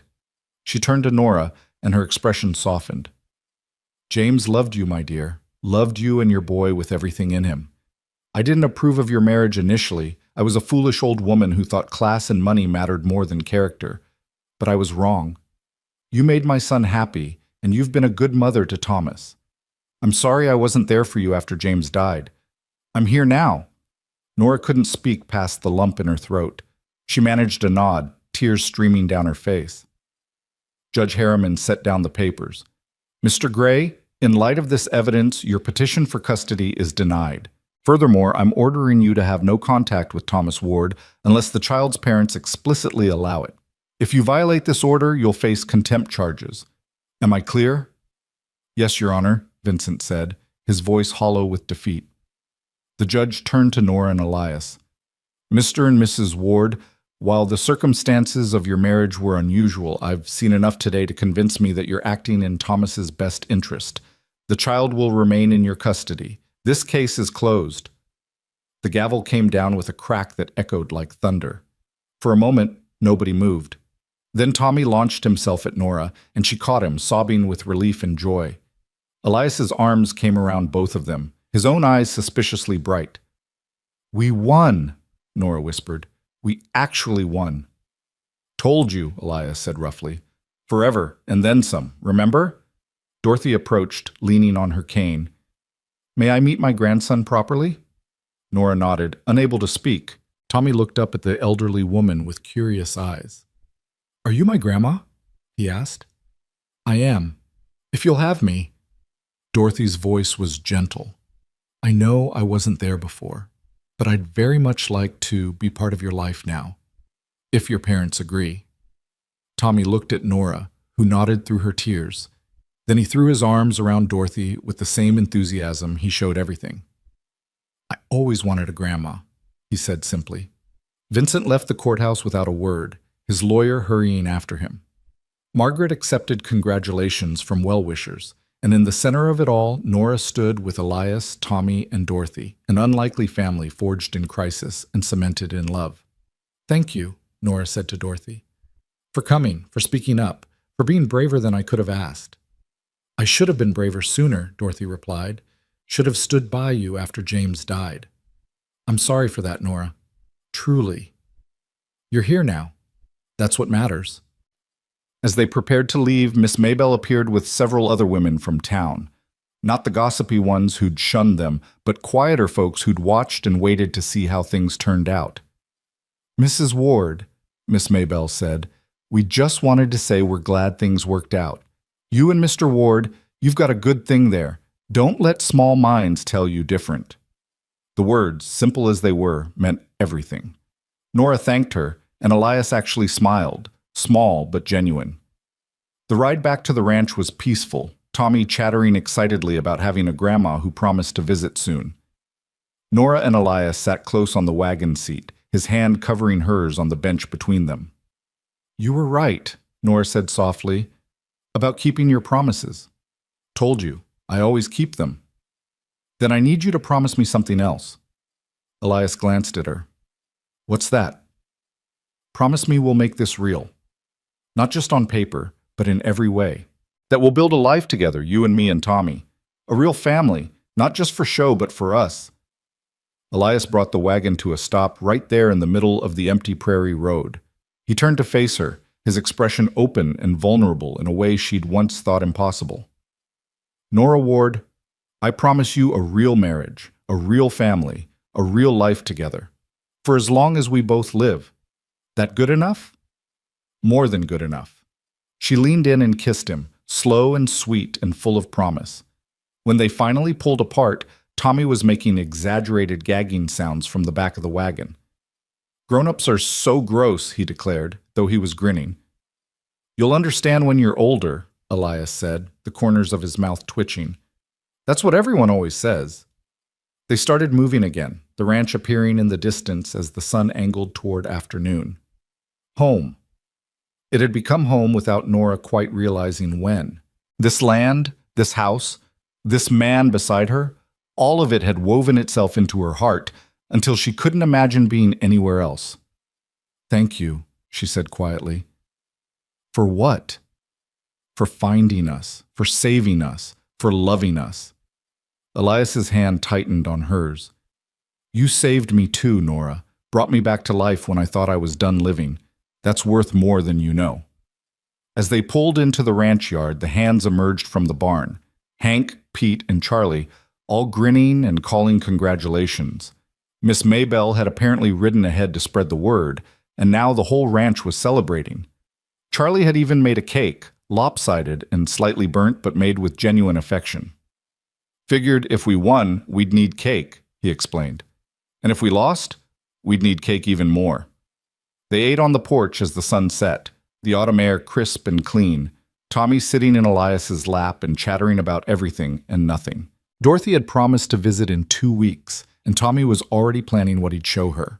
When the hands finally retreated to the bunkhouse and Tommy was tucked into bed, exhausted from the day's excitement, Nora and Elias found themselves alone on the porch. The stars were emerging, brilliant in the clear prairie sky, and somewhere in the distance, a coyote called to the rising moon. "Quite a day," Elias said. "Quite a life," Nora corrected. "I never imagined, when I collapsed on your land all those weeks ago, that this is where I'd end up. Happy, safe, loved." "Loved," Elias repeated, testing the word. Then, stronger. "Yeah, loved. By me. Completely." Nora leaned into him, and he wrapped his arm around her, pulling her close. "I don't think you're broken," he'd said, weeks ago, in the immediate aftermath of Vincent's threat. The words had seemed out of nowhere then, but now Nora understood. He'd been speaking to himself as much as to her. Two broken people, finding each other, discovering that broken pieces could still fit together to make something whole. "Tomorrow," Elias said quietly, "I'd like to move my things into your room, if that's all right with you." Nora's heart skipped. "Are you sure? I know we said this was just for show." "It's not for show anymore. It's real. We're real. And I want to be your husband in every sense. If you want that too." "I do," Nora whispered. "I want all of it. All of you." "Then that's what you'll have. Starting tomorrow, we're not just husband and wife on paper. We're husband and wife in truth, a real marriage, a real family, everything we both lost and found again." They sat together as the night deepened, two survivors who'd built something beautiful from necessity and need. The road that had brought them here had been hard, marked by loss and grief and desperate choices. But it had led them home, to each other, to a family neither had expected but both had needed more than they'd known. Inside, Tommy slept peacefully, secure in the knowledge that he was loved and safe, that his family was whole and would remain so, that he had a mother who'd fought for him, and a father who'd chosen him, and a grandmother who'd finally found the courage to do right. And on the porch, Nora and Elias Ward held each other under the vast prairie sky, two hearts that had been empty, finally full, ready to face whatever came next. Together. Forever. And then some. The morning after their victory in court, Nora woke to find Elias's side of the bed already empty and cool to the touch. True to his word, he'd moved his belongings into her room the previous evening after they'd said goodnight to Tommy. There had been an awkwardness to it, this crossing of a threshold they'd both been dancing around, but also a rightness. When they'd finally lain down together in the darkness, Elias had pulled her close, and Nora had fallen asleep with her head on his chest, listening to the steady rhythm of his heartbeat. Now, in the gray pre-dawn light, she found him at the kitchen table with a cup of coffee, staring out the window at the awakening prairie. He looked peaceful in a way she'd never seen him. Shoulders relaxed, the constant tension he carried finally eased. "Couldn't sleep?" she asked softly. He turned, and his smile was small but genuine. "Slept better than I have in 5 years, actually. Just woke early out of habit. Didn't want to disturb you." Nora poured herself coffee and joined him. Outside, the sky was beginning to lighten, painting everything in shades of rose and gold. It was going to be a beautiful day. "I keep thinking I'll wake up and find out yesterday was a dream," she admitted. "That we didn't really win, that Tommy's not really safe. It was real. We won. He's safe." Elias reached across the table and took her hand. "And we get to figure out what comes next, together." What came next, as it turned out, was life. Beautiful, ordinary, complicated life. Tommy adjusted to calling Elias Pa with the easy acceptance of childhood. Within days, it was as if there'd never been any other name for the man who taught him to ride, who carved him toys in the evenings, who listened patiently to his endless stream of questions about everything from why cows had 4 stomachs to whether stars were really just holes in the sky letting heaven's light through. "Pa, look what I found," became a constant refrain. Tommy dragging Elias over to examine interesting rocks, unusual bugs, a bird's nest that had fallen from a tree. And Elias, who'd spent 5 years speaking as little as possible, found himself explaining the world to a curious 4-year-old with something approaching joy. Nora watched these interactions with a fullness in her chest that sometimes made it hard to breathe. This was what she'd wanted for Tommy, a father who was present, engaged, loving. She'd never imagined finding it in a silent rancher who'd been more ghost than man when they first met. The ranch hands noticed the change too. Hank cornered Nora one afternoon while she was hanging laundry. "Don't know what you did to the boss, ma'am, but he's a different man. Smiled yesterday. Actually smiled, not just that thing he does with his mouth when he's being polite. Haven't seen that since Miss Sarah was alive." "I think we saved each other," Nora said simply. "He gave us a home, and we gave him a reason to live in it. Well, whatever it is, keep doing it. Place feels alive again." The town's attitude shifted gradually, like ice melting under a reluctant spring sun. Mrs. Crowley and her ilk still sniffed disapprovingly when Nora passed, but they were outnumbered now by people who'd heard about the court case, who'd seen Vincent Gray exposed as the manipulative fortune hunter he was, who'd witnessed Dorothy Gray publicly embrace her daughter-in-law and grandson. Miss Maybelle became a regular visitor, bringing fresh eggs and gossip in equal measure. She'd taken to Tommy immediately, and the boy had adopted her as a sort of honorary aunt. Other women began following her lead, tentatively at first, then with growing warmth. An invitation to a quilting bee, a friendly wave at church, small gestures that added up to acceptance. "You're one of us now," Miss Maybelle said one afternoon over tea. "A proper rancher's wife. The old biddies can fuss all they want, but facts are facts. You and Elias have something real, and folks can see it." Nora thought about that conversation later, alone in the kitchen while preparing dinner. Something real. Yes, that's exactly what they had. It had started as a transaction, evolved into a strategy, and somehow transformed into genuine partnership, into love. The physical aspect of their marriage had unfolded gradually, naturally, like everything else between them. That first night sharing a bed, they'd simply held each other. The second night, Elias had kissed her goodnight, soft and sweet and full of restrained want. By the end of the first week, the restraint had burned away, replaced by passionate need and tender discovery. Elias was a careful lover, attentive and patient, always making sure Nora was comfortable and willing. There was a vulnerability to him in those intimate moments, a dropping of the walls he kept up for the rest of the world. Sometimes afterward, he'd trace patterns on her skin and talk about Sarah, about the guilt he'd carried for not being able to save her, about how loving Nora felt like both betrayal and redemption. "She'd want you to be happy," Nora would tell him, "to live, not just survive." "I know, doesn't make it less complicated." Love is always complicated, but that doesn't make it wrong. 2 weeks after the hearing, Dorothy Gray arrived for her promised visit. She came in a hired carriage loaded with gifts, toys for Tommy, books for the house, practical items like new linens and kitchen equipment. But more valuable than any material gift was her presence itself, the bridge she was building to the grandson she'd neglected. Tommy took to her immediately, charmed by this grandmother who listened to his stories with genuine interest and didn't talk down to him. Dorothy, for her part, seemed determined to make up for lost time. "He has James's eyes," she said to Nora one evening while Tommy was showing Elias a trick he'd learned with his wooden horse, "and his father's gentle nature. You've done well with him, Nora, despite everything." "I had help," Nora replied, nodding toward Elias. Dorothy followed her gaze. "Yes, Mr. Ward is quite something, isn't he? Not what I would have chosen for you, perhaps, but exactly what you needed. Sometimes life works out better than our careful plans." "I'm learning that." Dorothy stayed for a week, and by the time she left, she'd extracted promises of regular visits and letters. She'd also quietly handed Nora papers related to Tommy's trust fund, properly administered now, safe from Vincent's grasping hands. "James wanted this for his son's education and future," Dorothy explained. "It'll be there when Thomas needs it. In the meantime, I've arranged for a small monthly allowance to help with expenses. Not charity," she added quickly when Nora started to protest. "Investment in my grandson's well-being. Please accept it."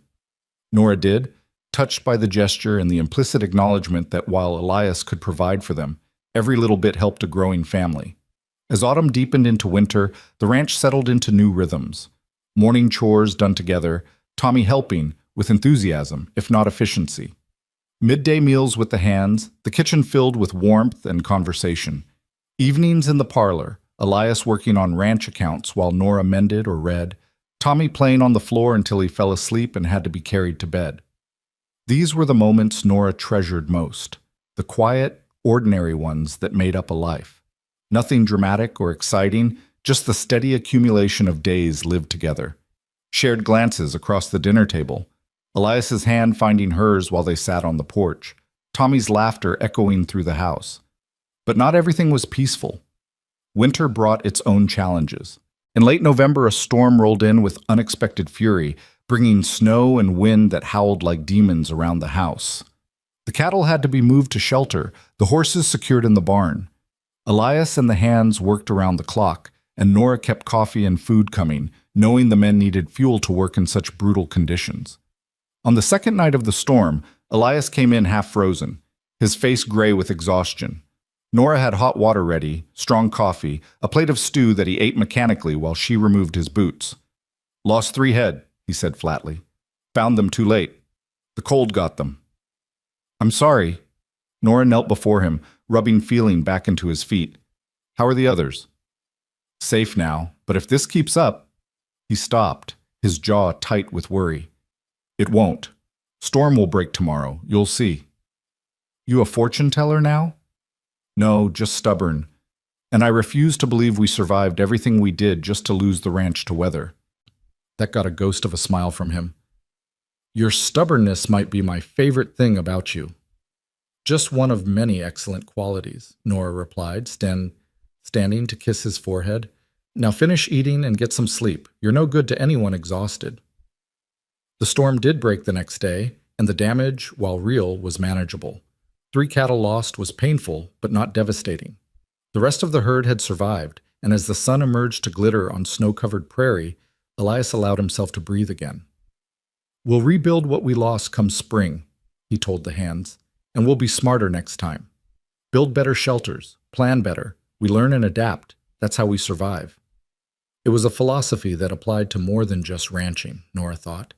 They'd all been learning and adapting, taking the broken pieces of their pasts and building something new. Christmas came quietly. Dorothy sent gifts by post, and Miss Maybelle organized a small gathering at the ranch with neighboring families. It was Nora's first real Christmas in years. The previous one had been marked by fresh grief and desperate poverty. Now she had a home decorated with pine boughs, a tree that Tommy had helped choose and decorate, and more food than they could possibly eat. Elias gave Tommy a leather holster with a wooden gun he'd carved himself, child-sized and perfect for the boys' endless games of cowboys and outlaws. He gave Nora a cameo brooch that had belonged to his mother, presented awkwardly but with clear intention. "Figure you should have something that's just yours," he said. "Something that says you belong to this family, this place." Nora's gift to him was simpler but just as meaningful. A photograph of the three of them, taken by a traveling photographer who'd come through town the previous month. In the image, Elias stood with his hand on Tommy's shoulder while Nora leaned into his side. They looked, Nora thought, like exactly what they were, a family.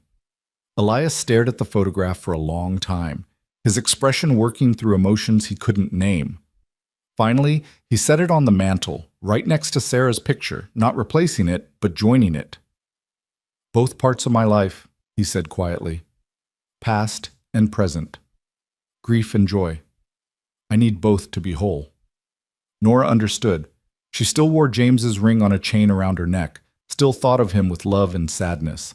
The dead didn't need to be forgotten for the living to be honored.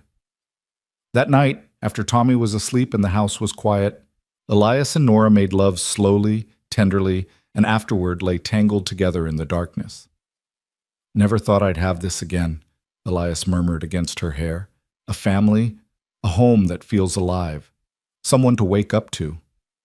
"Neither did I. Guess we're both lucky. More than lucky. Blessed." It was the first time Nora had heard him use that word, and it filled her with quiet joy. Winter gave way to spring with the usual prairie drama.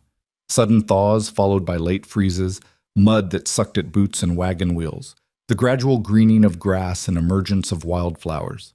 The ranch came alive with new calves and foals, and Tommy appointed himself official helper, much to everyone's amusement. In March, Nora realized she'd missed her monthly courses. At first, she told herself it was stress or the change of seasons or any number of things. But when the nausea started and her breasts became tender, she couldn't deny the truth. She was pregnant. The realization filled her with equal parts joy and terror. She'd been pregnant once before, with Tommy, and that pregnancy had been normal and easy. But she'd also watched Sarah's story through Elias's grief-stricken recounting, 2 pregnancies that ended in tragedy, a woman who died trying to bring new life into the world. For 3 days, Nora kept the knowledge to herself, warring with fear and hope. Finally, she told Miss Maybelle, who'd become her closest confidant.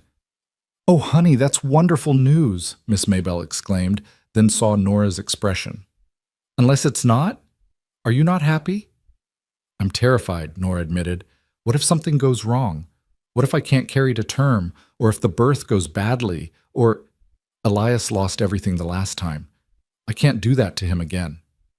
"Now you listen to me." Miss Maybelle took Nora's hands firmly. "You're not Sarah. Every pregnancy is different, and modern medicine has come a long way. We'll get you to a proper doctor, make sure everything's monitored. But you can't live in fear of what might happen. You'll drive yourself mad." "I know. I need to tell Elias, and I don't know how. How do I tell him I'm carrying his child when the last time—" "You tell him straight. Give him credit for being strong enough to handle it. That man has been through hell and come out the other side. He can handle joy too, even if it comes with fear attached." So that evening, after Tommy was in bed and Elias was going over the ranch books, Nora approached him with her heart in her throat. "Elias, I need to tell you something." He looked up, immediately alert to the seriousness in her tone. "What's wrong?" "Nothing's wrong. At least, I hope it's not wrong. She took a breath. "I'm pregnant. About 2 months along, I think." The color drained from Elias's face. For a long moment he just stared at her, and Nora's heart sank. This was what she'd feared, that the news would bring back all his trauma, all his loss. Then he stood, crossed to her, and pulled her into his arms with desperate intensity. "You're pregnant," he repeated, his voice muffled against her hair. "We're going to have a baby." "Yes. Are you... Is this okay? I know after what happened with Sarah." "Don't!" Elias pulled back enough to cup her face in his hands. "Don't compare this to that. This is different. You're different. We're different. And yes, I'm scared half to death, but I'm also..." His voice cracked. "I'm happy, Nora. Terrified and happy, and I can't believe we get this chance." Relief flooded through her. "I was so afraid you'd..." "I won't lie and say I'm not worried. The memories are there, and they're hard. But this baby, our baby, deserves better than a father paralyzed by fear, so we'll be careful, we'll get good medical care, and we'll hope. That's all we can do." "Hope," Nora repeated. "I can do that." They told Tommy a few days later, and his reaction was pure, uncomplicated joy. "A baby? A real baby? That I can play with?" "Eventually," Nora said, laughing.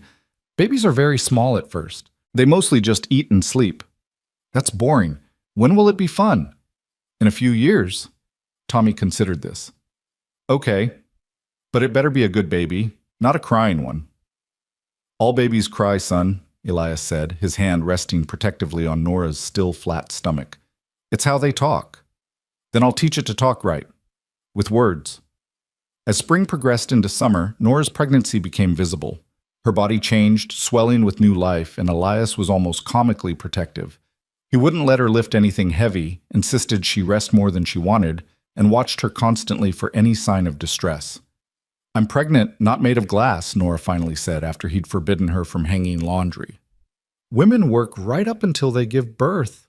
"Not my wife, they don't." Elias Ward, "If you wrap me in cotton wool, I'll go mad. I need to feel useful." They compromised. Nora could do lighter tasks, but nothing that required lifting or strenuous effort. It chafed, but she understood his fear. And honestly, as her belly grew larger and her energy waned, she appreciated not having to do everything she'd done before. Dorothy visited twice during the pregnancy, fussing over Nora and making lists of everything the baby would need.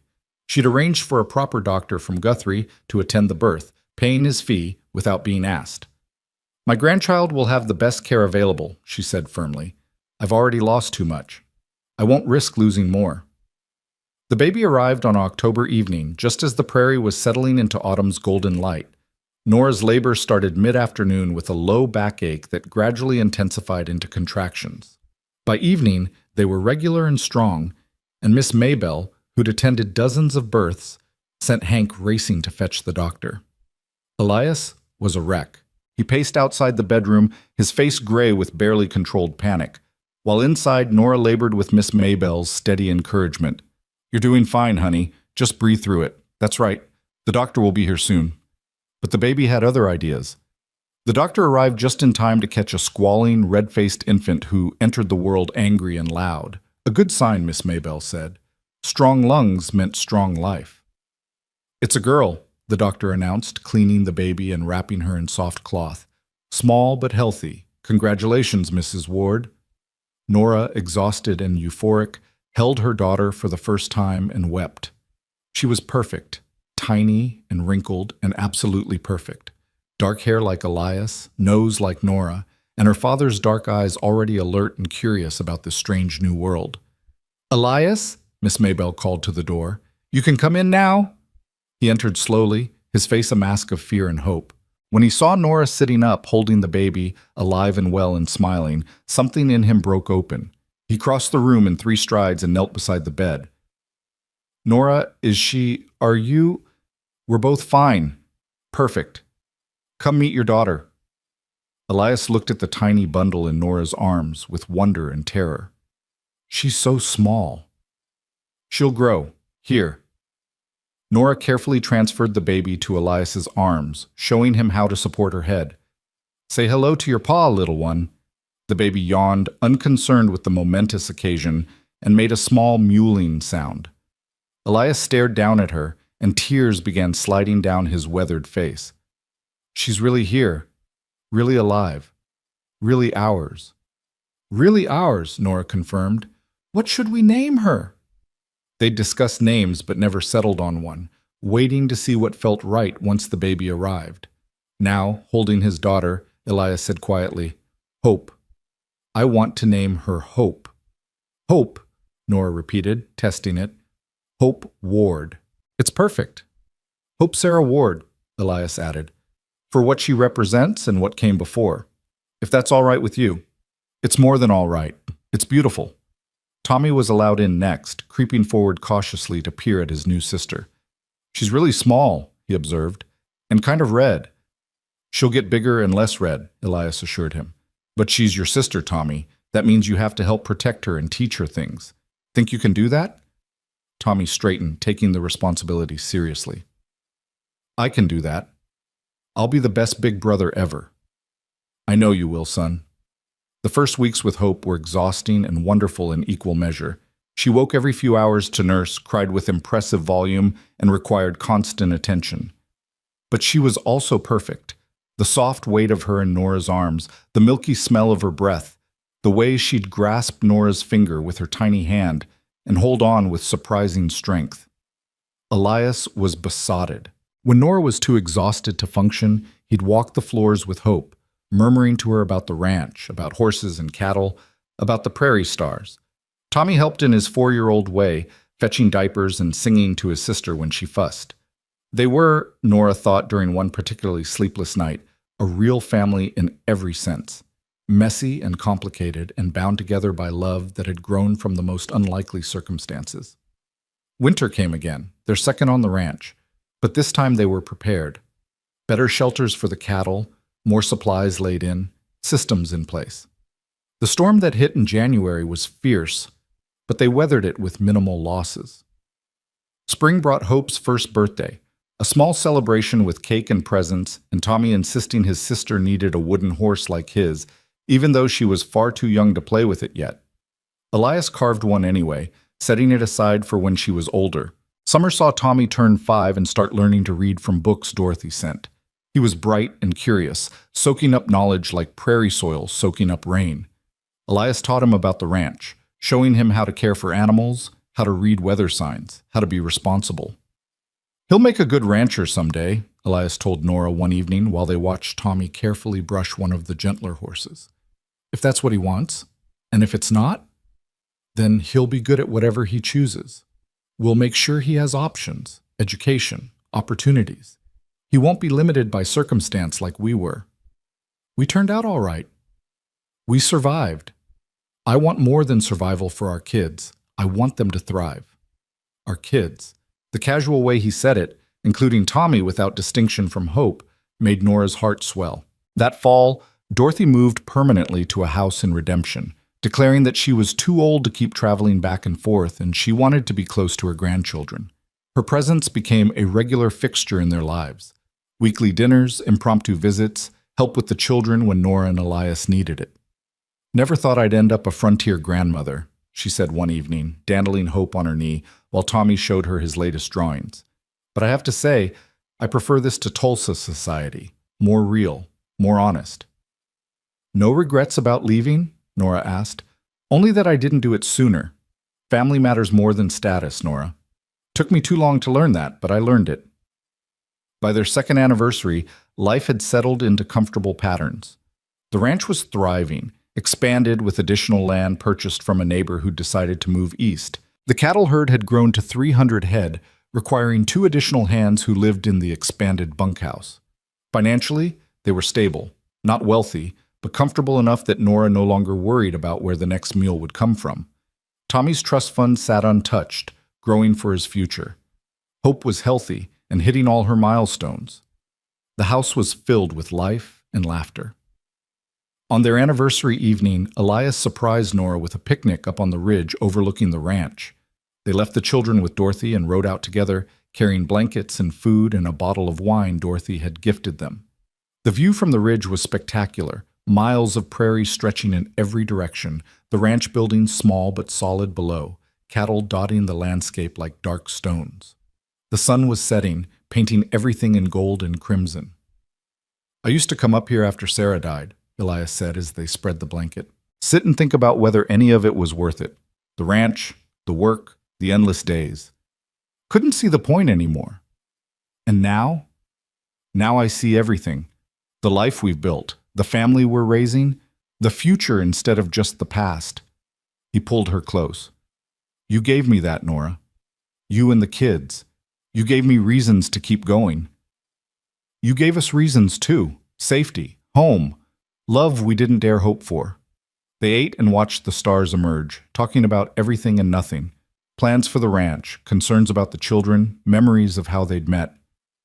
I still can't believe you opened your barn to us, Nora said. A desperate woman and her sick child. You could have sent us away. Couldn't have lived with myself if I had. And I'm selfish enough to be glad I didn't. Can't imagine life without you now. Any of you. Good, because you're stuck with us. Forever and then some, remember? Forever and then some, Elias agreed, kissing her softly. As full darkness fell and they prepared to head back, Nora looked out over the ranch one more time. Somewhere down there their children slept safely. Their home stood solid against the prairie wind. Their life, built from desperation and determination and unexpected love, continued its steady rhythm. She thought of that first day, stumbling onto Elias's land with death breathing down her neck and nowhere else to turn. She'd been looking for temporary shelter, a brief respite before moving on to wherever the road led next. Instead, she'd found forever. Not the neat fairy tale forever of storybooks, but the messy, real forever of actual life, complete with hard work and difficult moments and fears that never quite went away, but also with joy and love and the daily miracle of waking up safe and wanted. Ready to go home? Elias asked, holding out his hand. Nora took it, letting him pull her to her feet. Always. They rode back through the darkness, guided by starlight and the lamp Miss Maybelle had left burning in the window. As they approached, they could see Dorothy through the window, rocking Hope, while Tommy sat at her feet, playing with his wooden horses. Home. Family. Everything Nora had lost and found again in the most unexpected way. Thank you, she said to Elias as they dismounted. For what? For being brave enough to open your door, for caring enough to let us stay, for loving us enough to make us yours. Nora Ward, I'm the one who should be thanking you. You brought light back into a house that had been dark for too long. You and Tommy and Hope, you're my second chance, my redemption. Then we saved each other, Nora said simply, and we'll keep saving each other every day for as long as we live. They walked into the house together, greeted by Tommy's excited chatter about the baby saying a new sound and Dorothy's amused commentary. Hope reached for Elias with chubby arms, and he scooped her up, pressing a kiss to her dark curls. Tommy attached himself to Nora's skirts, showing her a picture he'd drawn of their family, stick figures holding hands in front of a house with a barn. This is us, he explained unnecessarily, all together, forever. Forever and then some, Nora agreed, meeting Elias's eyes over the children's heads. In that moment, with her family gathered around her and lamplight warming the kitchen of their prairie home, Nora understood that this was what redemption looked like. Not dramatic or perfect, but real and earned. Built one day at a time by people who refused to let their broken past define their futures. The prairie wind sang its endless song outside, carrying away the old sorrows and bringing in new possibilities. And inside, the Ward family, forged in desperation, cemented in determination, perfected in love, settled in for another peaceful evening. Tomorrow would bring its own challenges. The ranch would need tending, the children would need raising, life would continue its complicated dance, but they'd face it together, this unlikely family bound not by blood alone, but by choice and commitment and love fierce enough to overcome anything. Some stories begin with once upon a time. This one began with a woman at the end of her rope and a man at the end of his hope. And it ended, or rather continued, with both of them finding exactly what they needed in the last place they expected to look, in each other. Forever, and then some. The end.